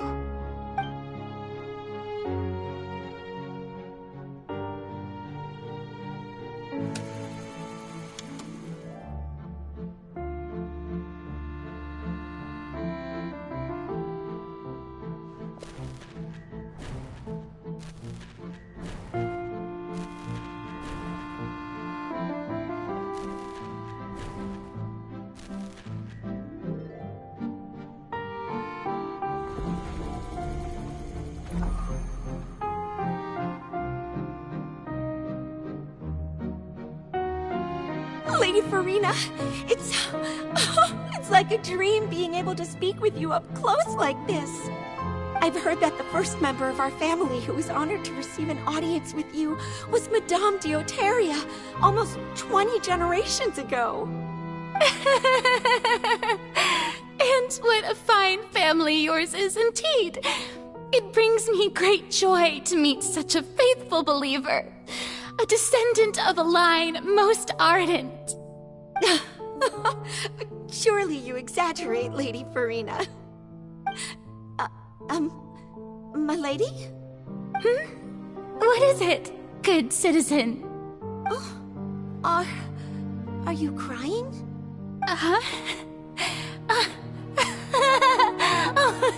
Really now? I didn't even notice. This must be the overflow of hydro from my person. Well, can't quite help being the god whose dominion is the waters, can I? No wonder. No wonder. A manifestation of your power, then. Oh, Archon, I am honored to have witnessed it. Honored indeed.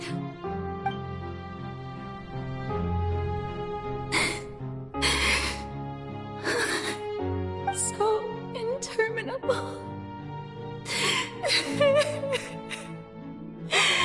So lonely. Just how much longer? Hundreds of years must have passed by now. Perhaps the show must go on for hundreds more. I never imagined that it would hurt so much. Have I reached my limit? No. Perhaps I reached it long ago. Today I didn't even notice my own tears. I want to tell someone, anyone, about this. But would that not destroy all I've done so far? I've conducted so many investigations across the centuries. But there's not even a sliver of hope that we might break the prophecy. All I can do is keep heart. I must maintain this act. It is the only way to save Fontaine. Please, mirror me. You have to succeed.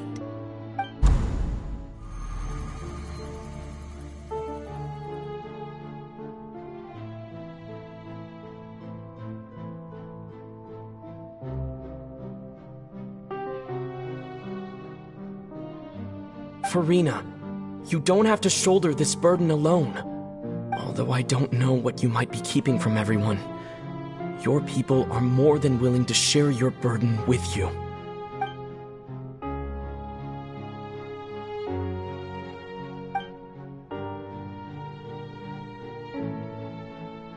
Share my burden. That's impossible. It was fated right from the start that this would be my duty alone. But even if your burden doesn't need to be shared, you can still choose to confide in someone. Just share it with me. I'm what you'd call a witness. A witness? Yes, I've heard that you came to Tevat from beyond the stars, yes. In other words, you never belonged here. And if Tevat is, in its entirety, a show on a stage, then you're just a spectator, aren't you? If that's the case... He's right. I could confide in him, couldn't I? But if things don't play out as expected, the people of Fontaine will be the ones to pay the price. No, Farina. You shouldn't be selfish. But what if it's really alright? Farina, you've worked so hard for so long. Surely it would be okay to put yourself first for once. Just this once. Is it such an outrageous thing to do anyway? To find someone in whom you can confide your frustrations and sorrows? Surely it could not hurt. If you let this opportunity slip through your fingers, it might never come by again. Think about it. Long and hard.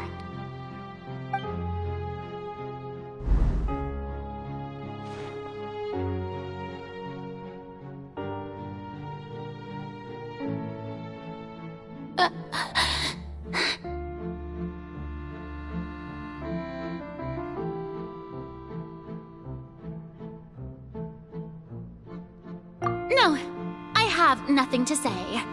I am Farina, the Archon of Fontaine. Everything will surely get better.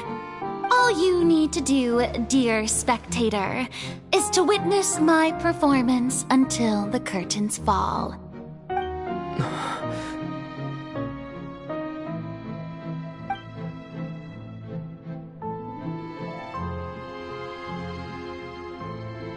Fine.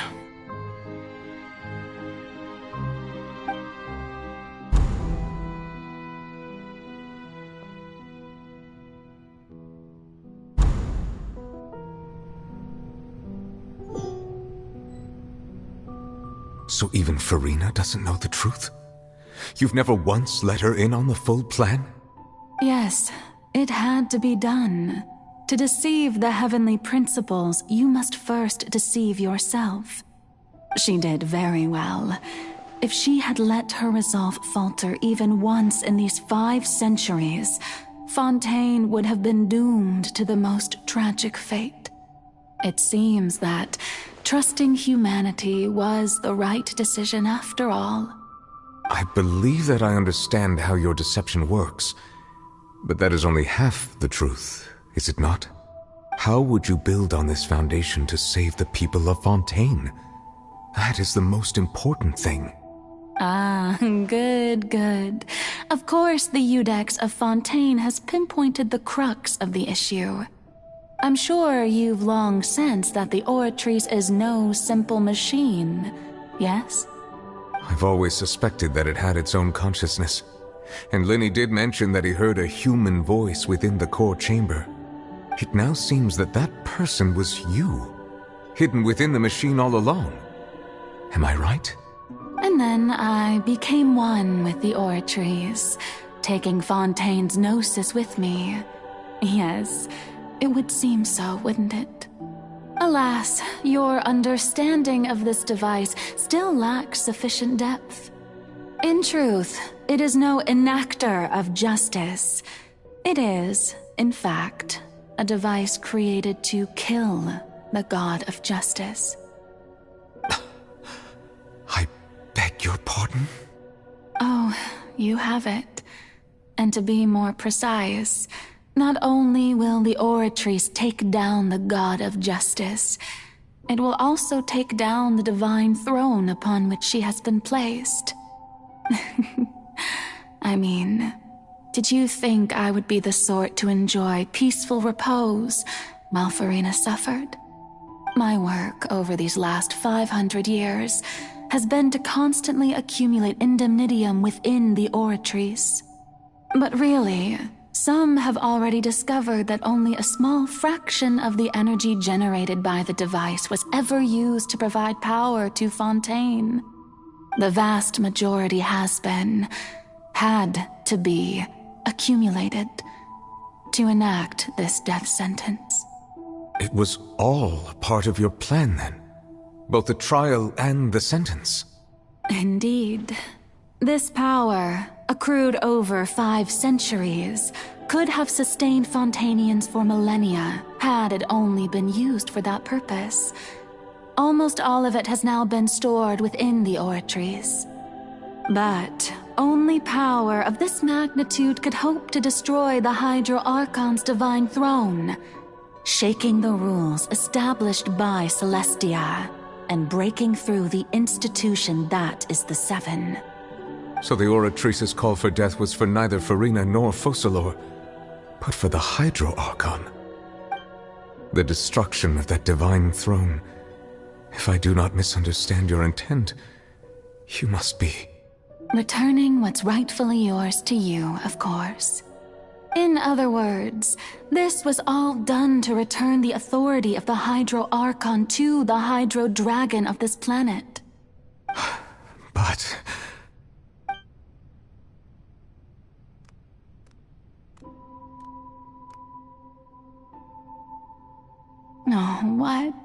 getting sad again, are we?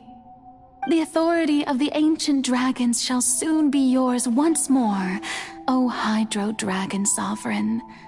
And this is the face you make.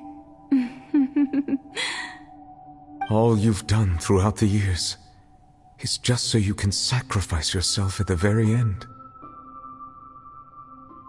I've never quite seen it that way, you know. Even now, I'm quite pleased at how well my deception worked.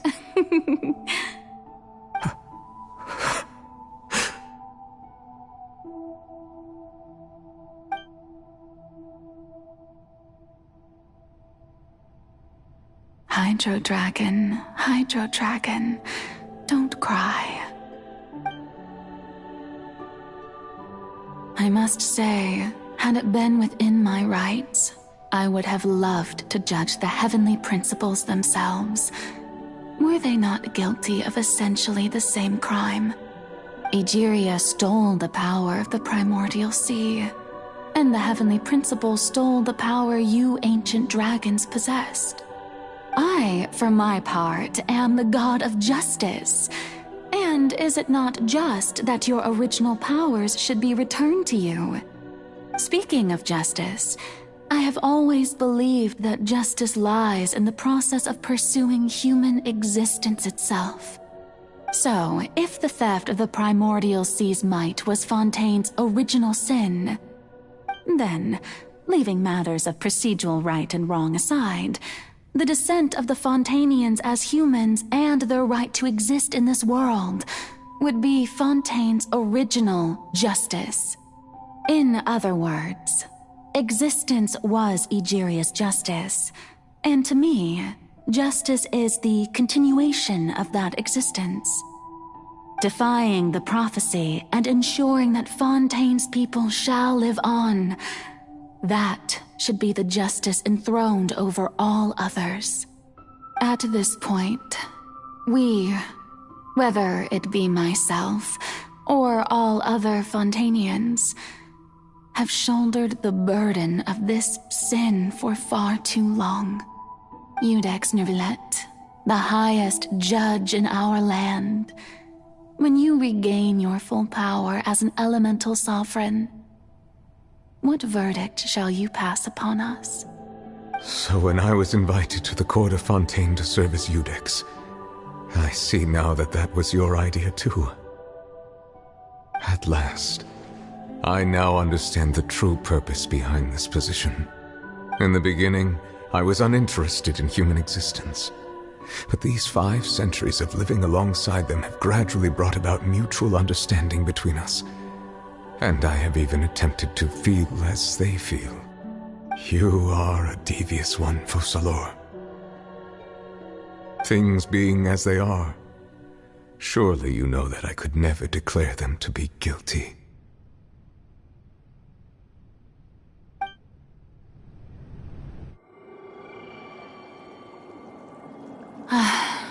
The hour of my execution is almost here. For the sinner, the curtain call has come. I know I may not sound it, but faced with death, I find myself a little afraid. Perhaps this is one thing both gods and humans have in common.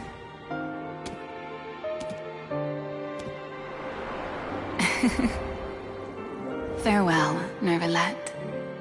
I hope you've enjoyed the part you played these 500 years.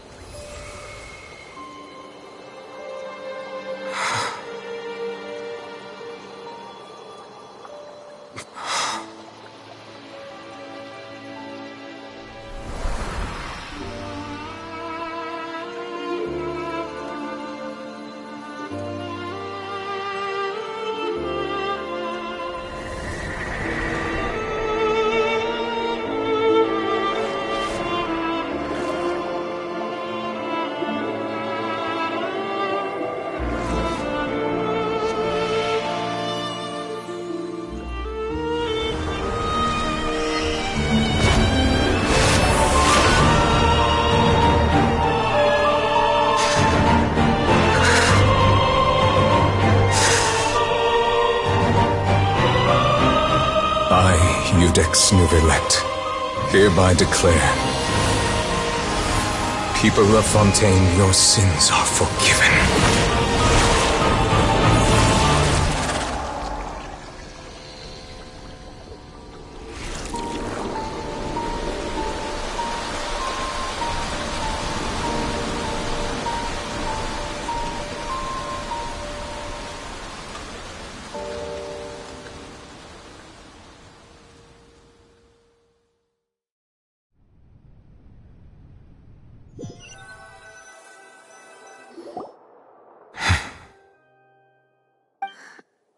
What just happened? Has the death sentence been carried out? Was that bright light some sort of misdirection? I have a feeling that something huge just happened. But since we're all still alive and haven't been dissolved, I assume whatever happened was good for us. It's time to end this. We must mete out punishment to that beast. Didn't you say just a moment ago that it can't be defeated? I have gained the strength sufficient to deal with it. Through certain means, I now have the ability to separate the power of the Primordial Sea from that creature. We should seize the opportunity to pursue our quarry. Traveler, now that the oratories can no longer function, I require an executor to help me mete out justice. The root of the calamities befalling Fontaine, the beast that enacts the prophecy. Its name is the all-devouring narwhal. Come with me, traveler. The hour of execution has come.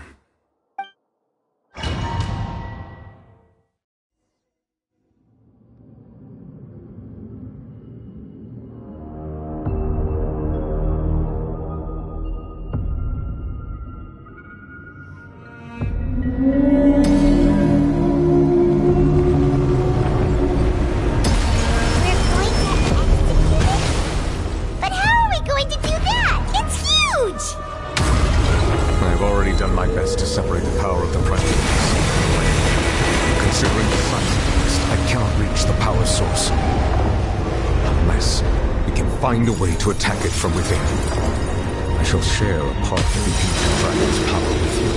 We shall look for an opening together.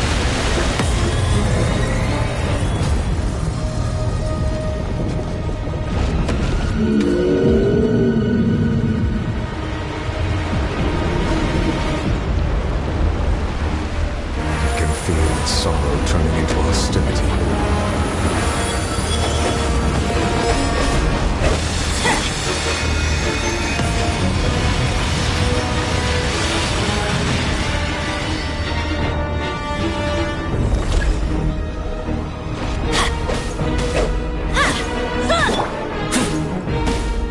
Devouring narwhal cannot resist its instinct to devour.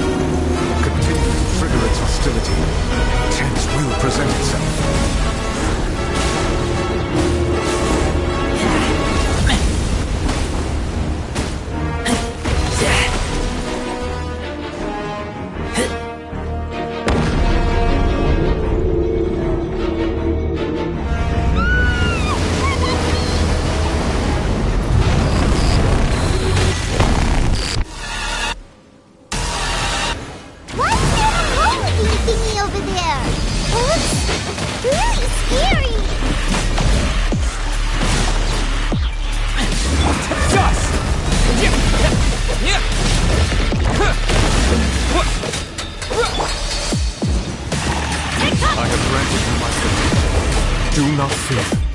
Seize the moment and use my power to suppress its root from within. Teamwork is dreamwork!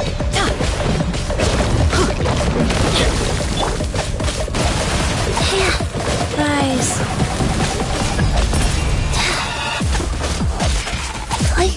Orders given. Orders received.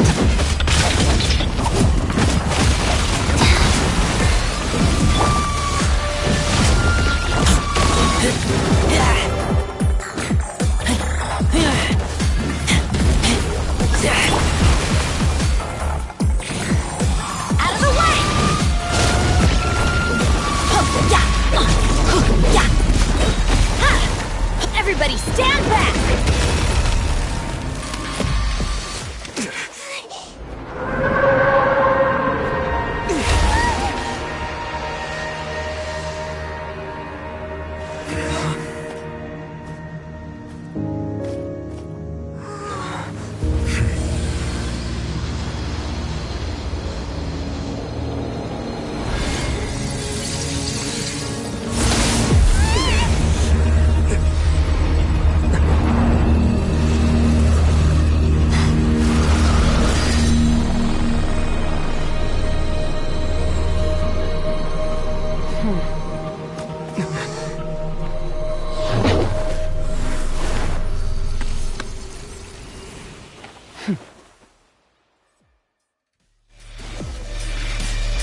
Thanks for helping with the cleanup. It should have been my job, but... oh well. It was just supposed to be a short private training session for me. I didn't think that my disciple and my master's pet would start brawling in the meantime. Well, actually, I had a feeling that it would happen at some point, but they bumped into one another earlier than I thought. What a blunder. I suppose I'll have to swing my sword 3 million times as penance. That power. Who are you exactly? Paimon has an idea. From what she said earlier, she must be Child's master. Skirk, right? It's just that he gave us the impression that she was the less talkative person. I simply did not have anything to say to the weak. But you, on the other hand, managed to defeat the all-devouring narwhal without using power from beyond this world. So you may speak to me as equals.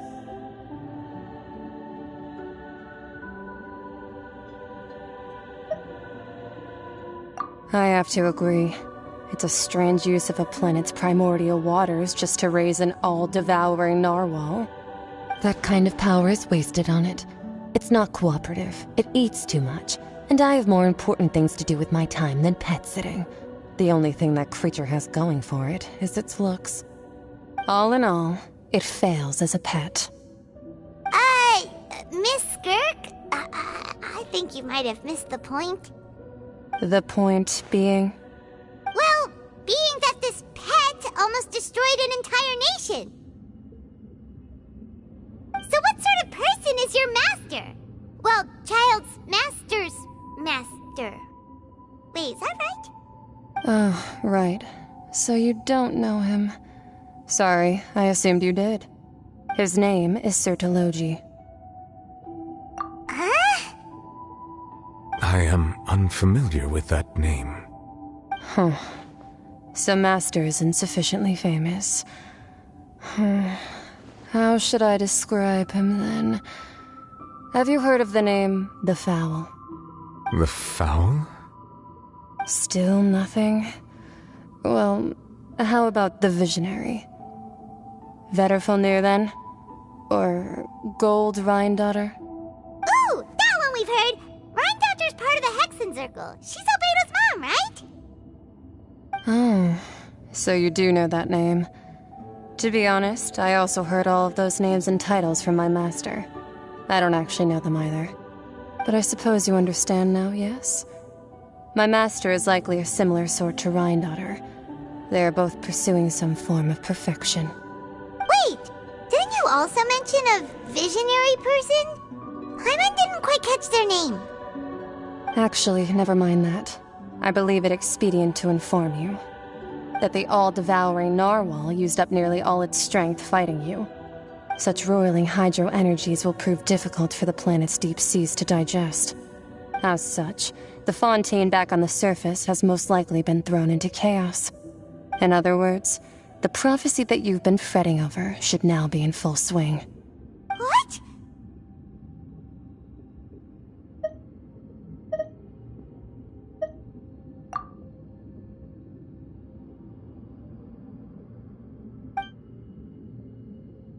Not to worry. Focalor has already managed to deceive the heavenly principles. In the end, the people will all be dissolved into the waters, and only Farina will remain, weeping on her throne.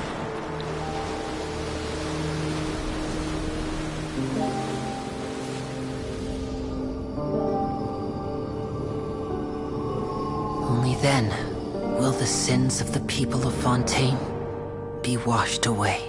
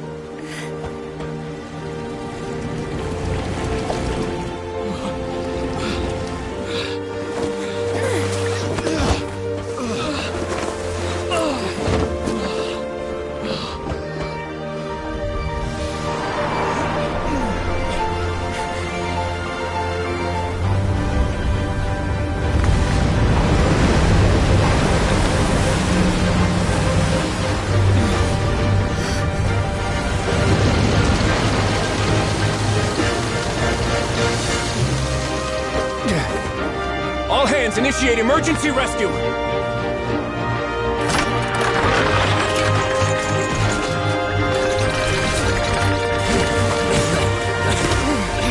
Hurry!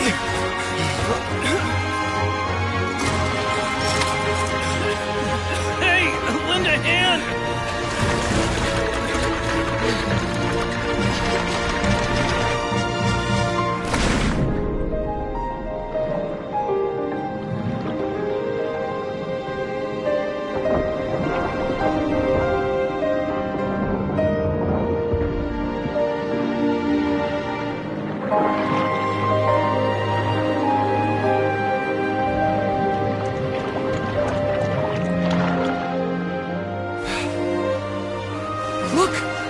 Receding!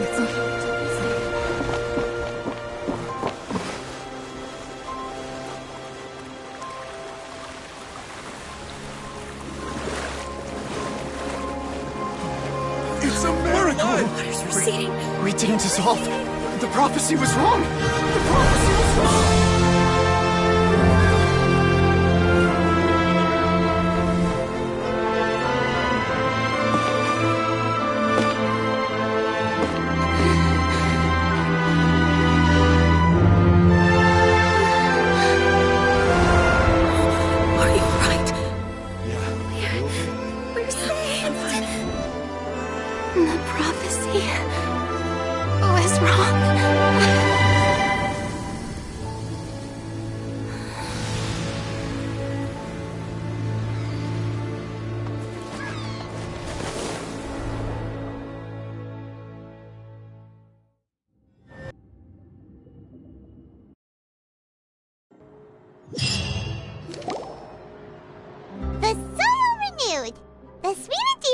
Attacks post-disaster rebuilding. I recently visited Poisson to meet with Miss Navia, spokesperson of the Spina di Rosula, and we spoke about Poisson's present and future.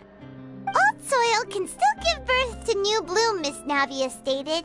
Hope is like seeing a small cookie when you're starving late at night. You just need a little of it. Skyship Winglet, lunar brain of the Fontaine Research Institute.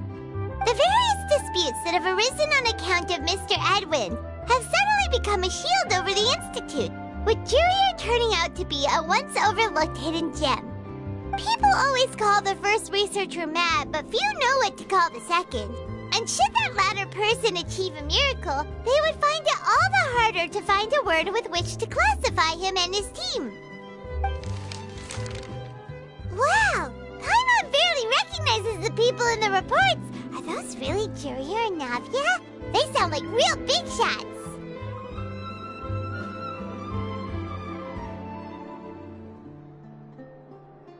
What do you think? Pretty enthralling, huh? The Steambird's idea was pretty simple. With the disaster just having passed, we would print a free edition packed to the margins with good news to calm people down. The value for these big scoops lies in their inevitable follow-ups. We'll publish further reports and go into the stories behind those people. Edwin's assistant, Jurier, created a true flying ship, while Navia is leading people in the reconstruction of their home. I'm sure that these stories could draw even your well-traveled eye.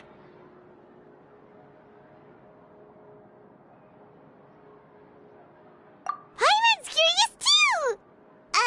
Wait a minute. Didn't we watch everything happen from start to finish? What's there to be curious about? And that's exactly why I'd like you to come conduct interviews with me. You're the best incubators of news, if you haven't noticed. And also, with you around, I'm sure I'll get to see that Duke. Are you sure? Hasn't he turned you down several times already? Oh, this time will be different. Come on, let's head to Poisson first, and then make a trip to the fortress. There are some things you'll only know when you get there.